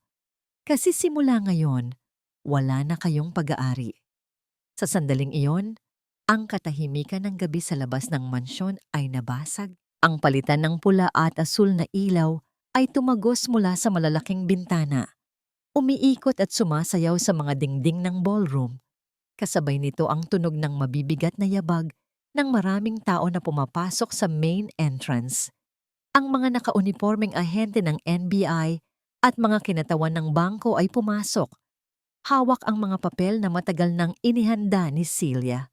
Nicholas Valmonte at Mirabel Valmonte, kayo ay inaaresto para sa kasong large-scale estafa, tax evasion, at paglabag sa Anti-Violence Against Women and Children Act. Habang pinupusasan si Nicholas na nagwawala at sinisigaw ang pangalan ko, at habang isinasakay sa stretcher ang walang malay na si Doña Mirabel, naramdaman ko ang isang kamay na humawak sa aking balikat. Lumingon ako at nakita ko si Rafael. Wala siyang sinabi. Tumango lang siya. At sa gitna ng kaguluhang iyon, sa gitna ng pagbagsak ng kaharian ng mga Valmonte, naramdaman ko ang pagtulo ng isang luha. Hindi ito luha ng sakit. Ito ang huling luha ng kahapon. Ang dating palasyo ng mga Valmonte ay naging isang palengke ng kaguluhan at takot sa loob lamang ng ilang minuto.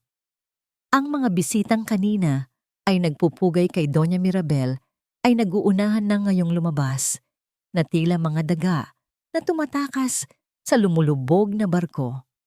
Ang kanilang mamahaling mga gown at sapatos ay walang silbi habang nagsisiksikan sila sa pintuan. Pilit na iniiwas ang kanilang mga muka sa mga kamera ng media na kanina lang ay kanilang inaasam. Nakita ko ang pagpasok ng mga kinatawan ng bangko. Hindi sila marahas, ngunit ang kanilang kilos ay mabilis at walang pag-aalinlangan.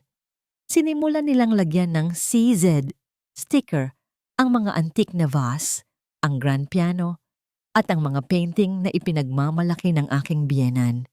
Ang bawat pagdikit ng sticker ay tila isang sampal sa mukha ng pamilyang ito. Isang pamilyang nabuhay sa utang at pagpapanggap. Sa gitna ng lahat ng ito ay si Nicholas. 2 ahente ng NBI ang humahawak sa magkabila niyang braso. Ang kanyang mukha ay basang-basa ng pawis, ang kanyang buhok ay magulo, at ang kanyang barong ay gusot-gusot na. Wala na ang aroganteng negosyante. Ang natitira na lamang ay isang kriminal na nahuli sa akto. Pagsisisihan mo to, Althea. Ang sigaw niya, ang kanyang boses ay nanginginig sa galit habang pilit siyang kumakawala.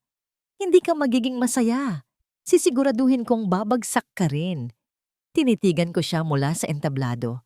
Dati, ang bawat sigaw niya ay nagpapakabog sa dibdib ko sa takot.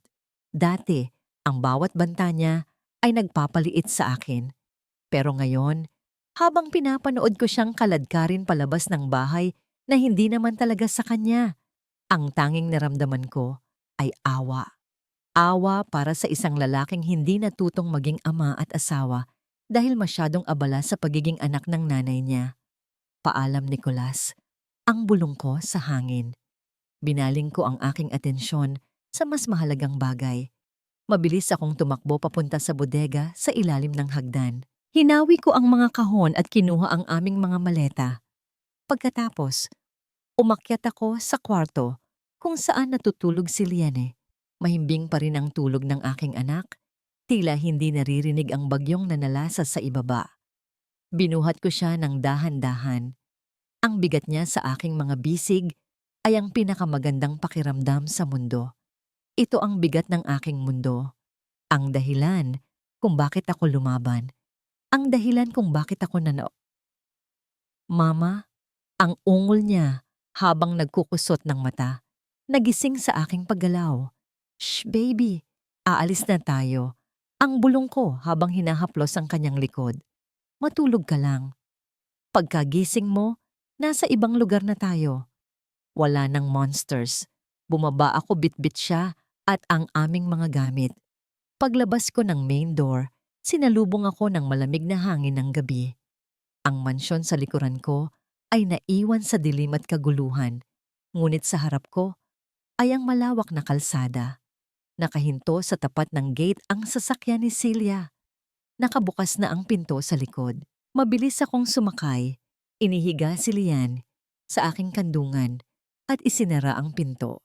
Sa wakas, ang buntong hininga ni Celia mula sa driver's seat. Nakita ko ang pagngiti niya sa rearview mirror. You did it, Althea. Grabe, that was iconic. Umandar ang sasakyan palayo sa subdivision. Habang binabaybay namin ang kalsada, biglang lumiwanag ang langit. Ang mga paputok mula sa plaza para sa kapistahan ng bayan ay sumabog sa himpapawid. Pula, asul, ginto. Napatingin ako sa labas ng bintana. Ang mga tao sa bayan ay nagdiriwang para sa fiesta, pero para sa akin, ang mga ilaw na yon ay para sa amin ni Liane. Isang selebrasyon ng aming kalayaan. Isang selebrasyon ng bagong buhay. Napangiti ako habang hinahaplos ang buhok ng aking anak. Wala nang Doña Mirabel na magsasabi kung ano ang dapat kong isuot. Wala nang Nicholas na kukuha ng pera namin. Wala nang pagpapanggap. Pero habang lumalayo kami at unti-unting humuhupa ang adrenaline sa aking katawan, Isang bagong realidad ang dahan-dahang gumapang sa aking isipan. Ang euphoria ng tagumpay ay napalitan ng katahimikan ng kawalan. Saan tayo tutuloy, Althea? Ang tanong ni Celia na nagpabalik sa akin sa kasalukuyan. Gabi na. Delikado kung mag-iikot pa tayo. Natigilan ako. Sa sobrang focus ko sa pagwasak sa kulungan, nakalimutan kong isipin kung saan kami lilipad. Wala akong bahay. Ang pera ko ay sapat lang para sa ilang araw na pagkain at gamot ni Lian. Wala akong trabaho at siguradong bukas, kakalat na ang balita at baka mahirapan akong mag-apply dahil sa impluwensya ng mga koneksyon ng mga Valmonte. Pwede? Pwede ba sa inyo muna? Ang nahihiya kong tanong. Napakagatlabi si Celia.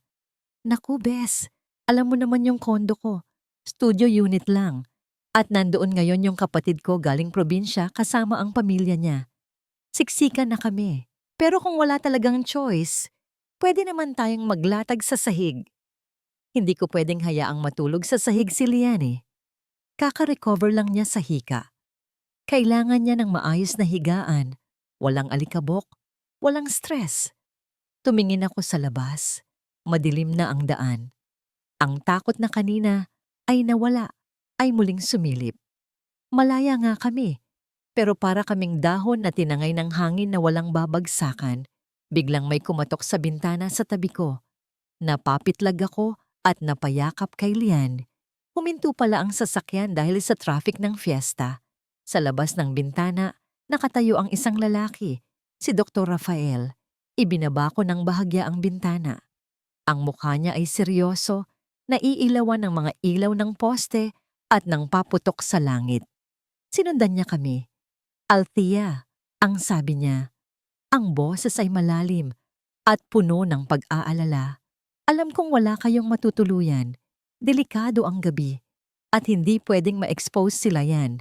Sa hamog, tinitigan ko siya. Gusto kong tumanggi. Gusto kong sabihin na kaya ko ang sarili ko. Pero nang tumingin ako sa natutulog kong anak, nilunok ko ang aking pride. May maliit akong rest house sa kabilang bayan. Pagpapatuloy niya.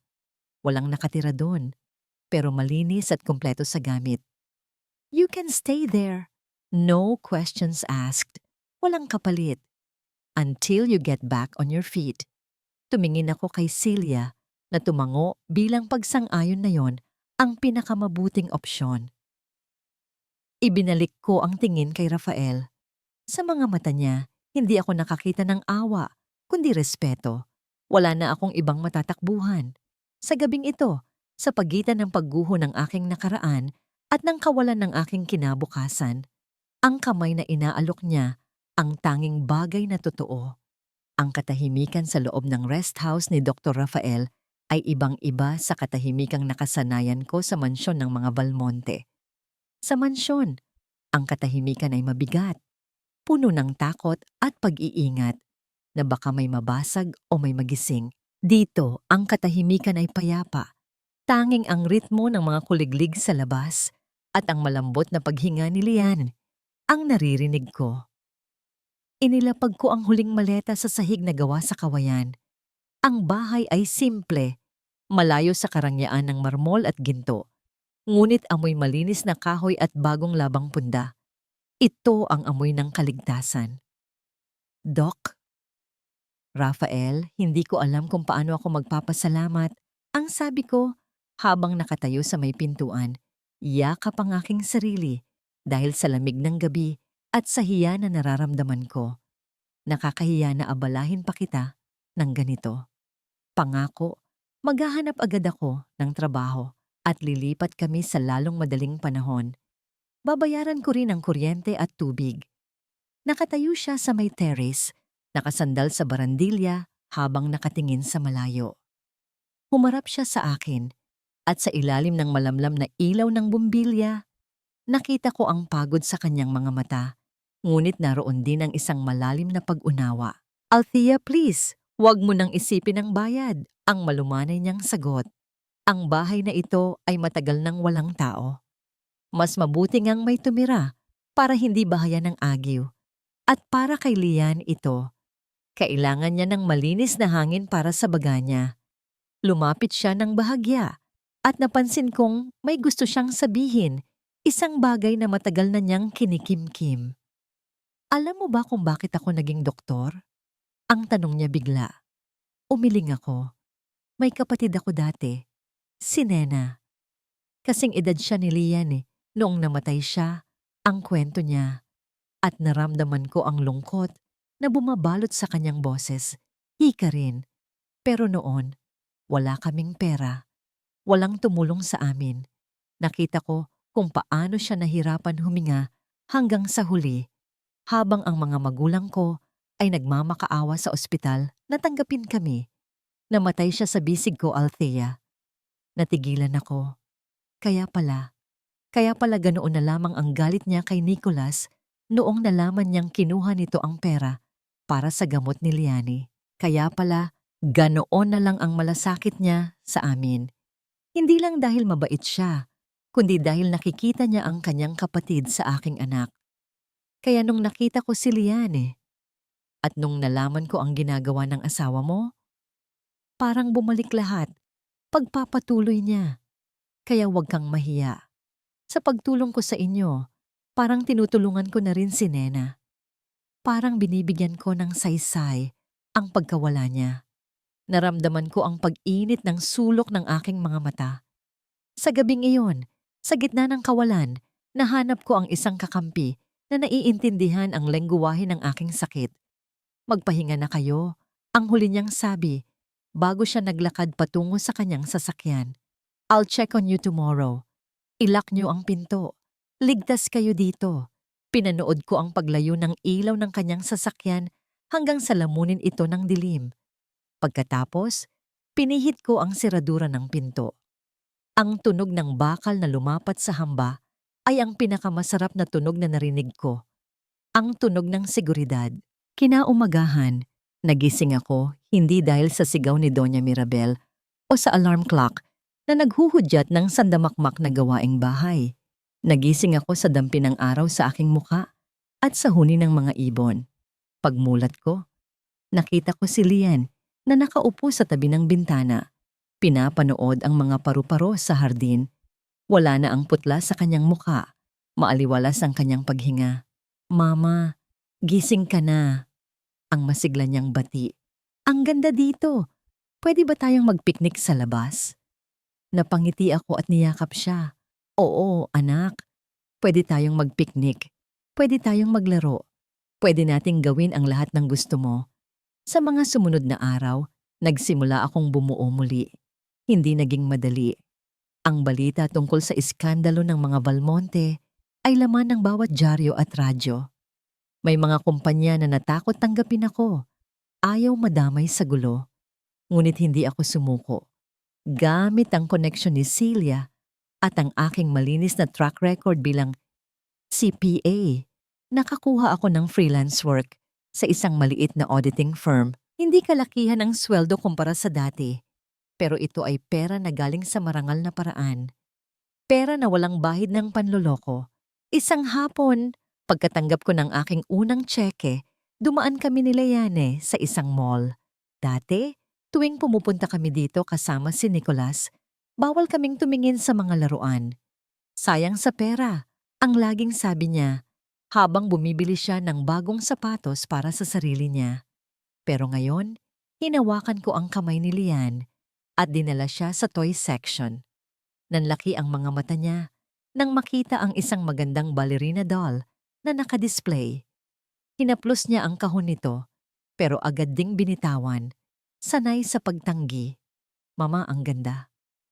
Pero mahal yan, di ba? Tara na po, uwi na tayo, ang sabi niya. Ang boses ay puno ng pag-unawa na hindi dapat taglayin ng isang 7 taong gulang. Lumuhod ako upang maging kapantay niya. Tiningnan ko ang presyo. Kaya ko ito.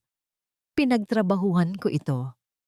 Kuhanin mo, anak, ang sabi ko habang pinipigil ang pag-crack ng aking boses. Regalo ni Mama sa'yo kasi napaka-brave mo. Talaga po? Ang hindi makapaniwala niyang tanong. Tumango ako. Ang yakap na ibinigay niya sa akin nang mabili namin ang manika ay mas mahalaga pa sa lahat ng ari-arian ng mga Balmonte. Habang naglalakad kami palabas ng mall, bitbit niya ang paper bag na parang trofeo. Naramdaman ko ang isang uri ng kaligayahan na hindi nabibili. Ang kalayaan na magpasaya ng mahal mo gamit ang sarili mong kakayahan. Dumaan ang mga linggo na parang isang payapang ilog. Si Celia ang nag-aasikaso ng annulment at mga kaso. Nasa kulungan si Nicolas at si Doña Mirabel ay nasa ospital dahil na-stroke matapos ang insidente. Parang unti-unting umaayon ang mundo sa amin. Akala ko ay tapos na ang bagyo. Akala ko ay nasa patag na kami na lupa. Isang hapon, sinundo ko si Lian sa kanyang bagong eskwelahan. Nakatayo ako sa labas ng gate. Hinihintay ang paglabas ng mga bata. Masaya ang paligid. Puno ng tawanan ng mga estudyante at kwentuhan ng mga magulang. Nang makita ko si Lian na lumabas, kumaway ako. Mama! Ang sigaw niya tumatakbo palapit sa akin habang yakap ang kanyang bagong manika. Ngunit habang papalapit siya, napansin ko ang pagbabago sa kanyang mukha. Bumagal ang kanyang takbo. Ang kanyang tingin ay lumampas sa akin. Nakapako sa isang bagay sa aking likuran, sa may kabilang kalsada. Ang ngiti sa kanyang labi ay napalitan ng takot. Lian? Ang tawag ko. Sabay lingon sa direksyon na tinitingnan niya. Sa ilalim ng puno ng akasya sa loob ng isang nakaparadang itim na kotse na bahagyang nakababa ang bintana. May isang pares ng mata na nakatitig sa amin. Ang mga mata ay pagod, mapula, at puno ng puot. Sa Nicolas. Nakalaya siya. Naramdaman ko ang paghinto ng mundo ko. Ang lamig na gumapang sa aking gulugod ay mas matindi pa kaysa noong gabing pinalayas niya kami. Paano siya nakalabas? Paano niya nalaman kung nasaan kami? Papa. Ang bulong ni Lian at sa tono ng boses niya, hindi iyon tawag ng pagkasabik, kundi tawag ng isang biktima na nakita muli ang kanyang berdugo. Mabilis kong hinila si Lian sa aking likuran, ginagawa ang sarili kong katawan na panangga. Ang mapayapang umaga na aking binuo ay biglang nagdilim. Ang halimaw ay nakawala sa kulungan at gutom na gutom itong makabawi. Ang kalsada sa harap ng eskwelahan ay tila biglang lumiit at ang hangin ay naging mailap. Nakatayo sa kabilang ibayo si Nicolas, hindi ang makisig na negosyanteng nakilala ko, kundi isang anino ng kanyang dating sarili. Gusot ang kanyang damit, mahaba ang balbas, at ang kanyang mga mata ay ligaw na gumagala. Puno ng desperasyon at puot. Mabilis ang tibok ng aking puso, ngunit sa pagkakataong ito, hindi takot ang nangingibabaw, kundi ang instinto ng isang ina. Hinila ko si Liane sa aking likuran. Ang aking katawan ay nagsilbing pader sa pagitan ng aking anak at ng panganib. Mama, natatakot po ako. Ang bulong ni Lian, habang mahigpit na nakakapit sa laylayan ng aking blusa. Huwag kang bibitaw sa akin, anak. Huwag kang titingin sa kanya. Ang mariin kong utos, habang hindi inaalis ang tingin kay Nicolas. Tumawid si Nicolas sa kalsada. Walang pakialam sa mga sasakyang bumubusina at humihinto ng biglaan upang iwasan siya. Ang kanyang target ay kami. Ang kanyang mga hakbang ay mabibigat. Tila bawat tapak ay may dalang sumpa. Akin ang bata. Ang sigaw niya nang makalapit. Ang boses ay garalgal at puno ng lasong matagal na niyang kinikimkim. Kukunin ko kung anong dapat sa akin. Bumangga sa akin ang amoy ng alak at lumang pawis nang makalapit siya ng tuluyan. Ang baho ng kanyang pagkatao ay mas masangsang pa sa amoy ng kanyang katawan. Sinubukan niyang abutin ang braso ni Liane. Ang kanyang mga kuko ay tila mga kuko ng agila na handang dumagit ng sisiw. Huwag mo siyang hawakan. Ang sigaw ko, sabay tabig sa kanyang kamay ng buong lakas. Ang dating Althea na takot masaktan ay wala na. Ang babaeng nakatayo sa harap niya ngayon ay hinubog ng sakit at pinatibay ng pagmamahal sa anak. Nang lisik ang mga mata ni Nicholas, "Sumama kayo sa akin. Kailangan ko ng pera. Kung hindi dahil sa'yo, hindi ako magkakaganito. Kasalanan mo lahat. Kasalanan mo kung bakit nawala ang lahat." Isang malakas na puwersa ang tumama sa aking balikat nang hilahin niya ako papalapit. Naramdaman ko ang pagbaon ng kanyang mga daliri sa aking laman. Isang sakit na nagpaalala sa akin ng 10 taong pang-aalipin. Ngunit sa halip na manghina, lalo lamang nag-alab ang apoy sa aking dibdib. Binitiwan ko ang kamay ni Lian at itinulak siya palayo. "Tumakbo ka, Lian. Takbo papunta sa guard." Ang utos ko. "Ayoko, mama. Hindi kita iiwan." Ang yak ng aking anak, ang kanyang tinig ay nababasag sa takot. "Huwag kang makialam." Ang bulyaw ni Nicholas, sabay akmang sasampalin ako. Nakita ko ang pagtaas ng kanyang kamay. Ang oras ay tila bumagal. Naalala ko ang bawat sampal, bawat insulto, bawat gabing itinulog ko ang aking anak habang gutom kami. At sa pagkakataong ito, hindi ako pumikit. Hindi ako umiwas. Mabilis pa sa kidlat, dinukot ko ang maliit na canister ng pepper spray na laging nasa bulsa ng aking palda simula nang lumayas kami. Ito ang sandatang ibinigay ni Celia, ang proteksyon na ipinangako ko sa sarili kong gagamitin ko kapag nagbalik ang demonyo. Itinutok ko ito sa kanyang mga mata at idiniin ang button. Isang singgasing ng hangin ang lumabas mula sa canister, diretsong tumama sa mukha ni Nicholas. Napabitaw siya sa akin at napahawak sa kanyang mukha. Ang kanyang sigaw ay umalingaw-ngaw sa buong kalsada. Isang daing ng sakit na parang hayop na nasugatan. Napaluhod siya sa semento, nagpagulong-gulong habang pilit na kinukusot ang kanyang mga mata na parang sinusunog ng apoy. Ang sakit! "Papatayin kita." Ang kanyang banta, ngunit wala na itong bagsik.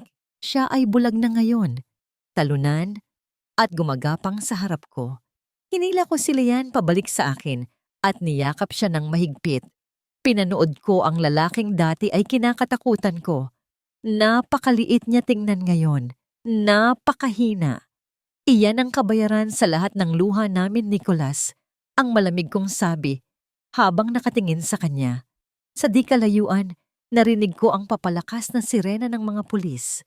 Ang ilaw na asul at pula ay nagsimulang sumayaw sa mga pader ng paaralan. Kasunod nito ang pagdating ng pamilyar na sasakyan ni Rafael, na halos lumipad sa bilis ng pagmamaneho. Bumaba si Rafael at tumakbo papunta sa amin. Ang kanyang mukha ay puno ng takot na napalitan ng ginhawa.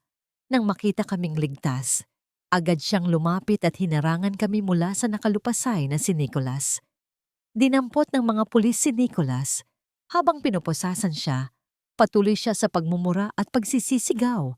Ngunit wala nang nakikinig sa kanya. Ang mga tao sa paligid ay tahimik na nakamasid sa isang lalaking unti-unting gumuho dahil sa sariling mga pagpili.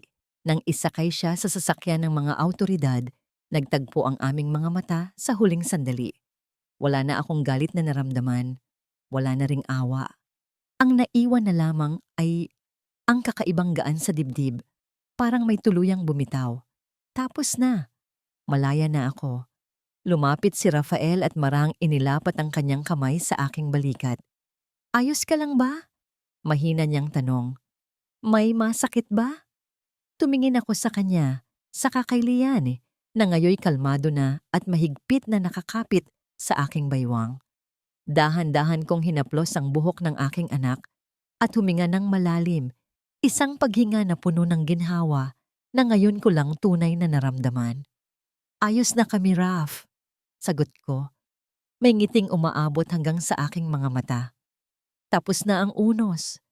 3 taon na ang lumipas mula noong gabing nabasag ang mundo ko. Isang gabi ng ulan at tahimik na pagluha.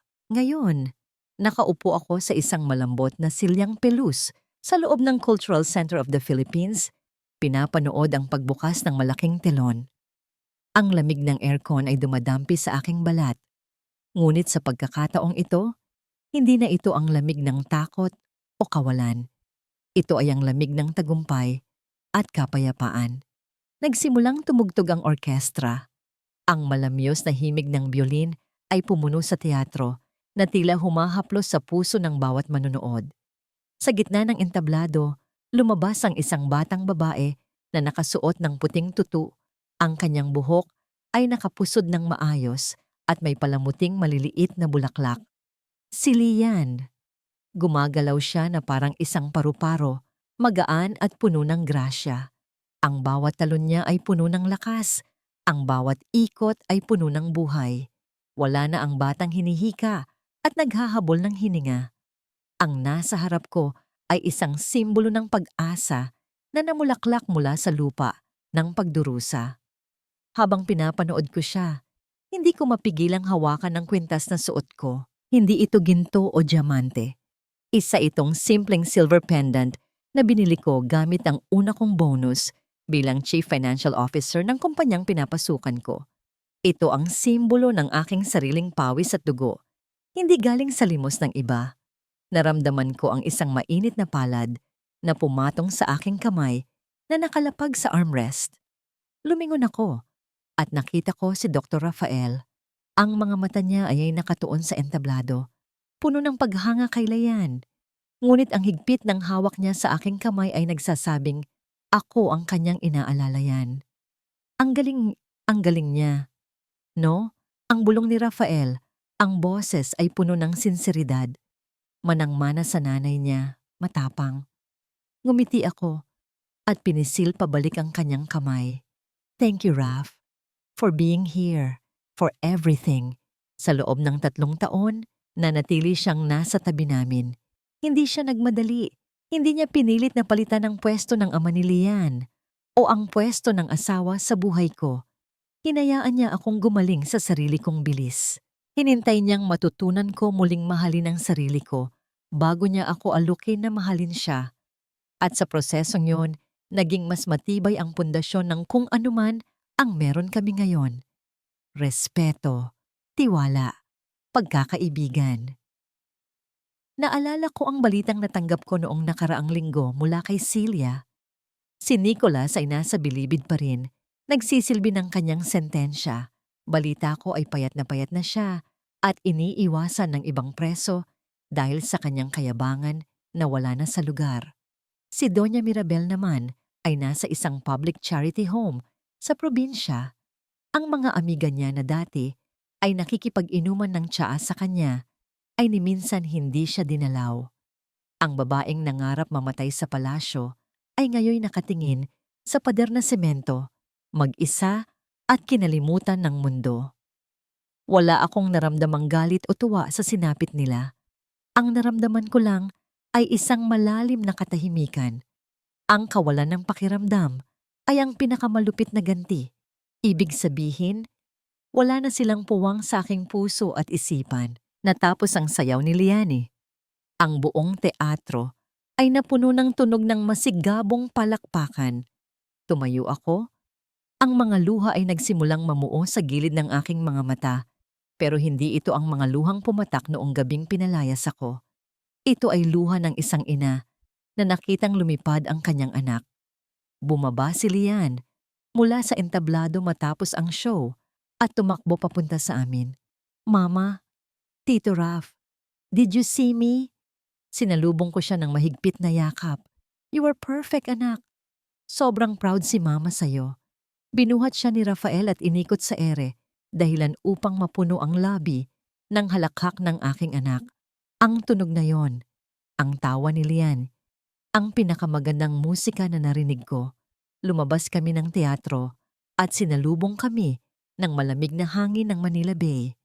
Ang mga ilaw ng lungsod ay nagniningning sa dilim, tila mga bituin na bumaba sa lupa upang tanglawan ang aming daan. Althea ang tawag ni Rafael habang naglalakad kami patungo sa sasakyan. Lumingon ako sa kanya. Ang hangin ay nilalaro ang kanyang buhok at ang kanyang ngiti ay abot hanggang mata. Handa ka na bang simulan ang susunod na kabanata? Ang tanong niya. At alam kong hindi lang ito tungkol sa hapunan ngayong gabi. Tumingin ako sa langit, humugot ng malalim na hininga at naramdaman ang gaan sa aking dibdib. Ang sugat ay naghilom na.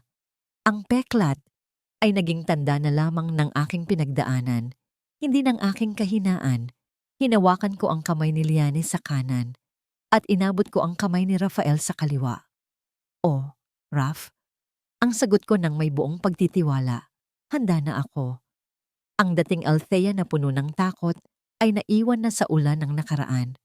Ang Althea na naglalakad ngayon ay hindi na kailangan ng payong dahil natutunan na niyang sumayaw sa gitna ng bagyo hanggang sa muling sumikat ang araw. At sa wakas, ang huling luha ay natuyo na, pinalitan ng isang ngiti na hindi na kailanman mabubura.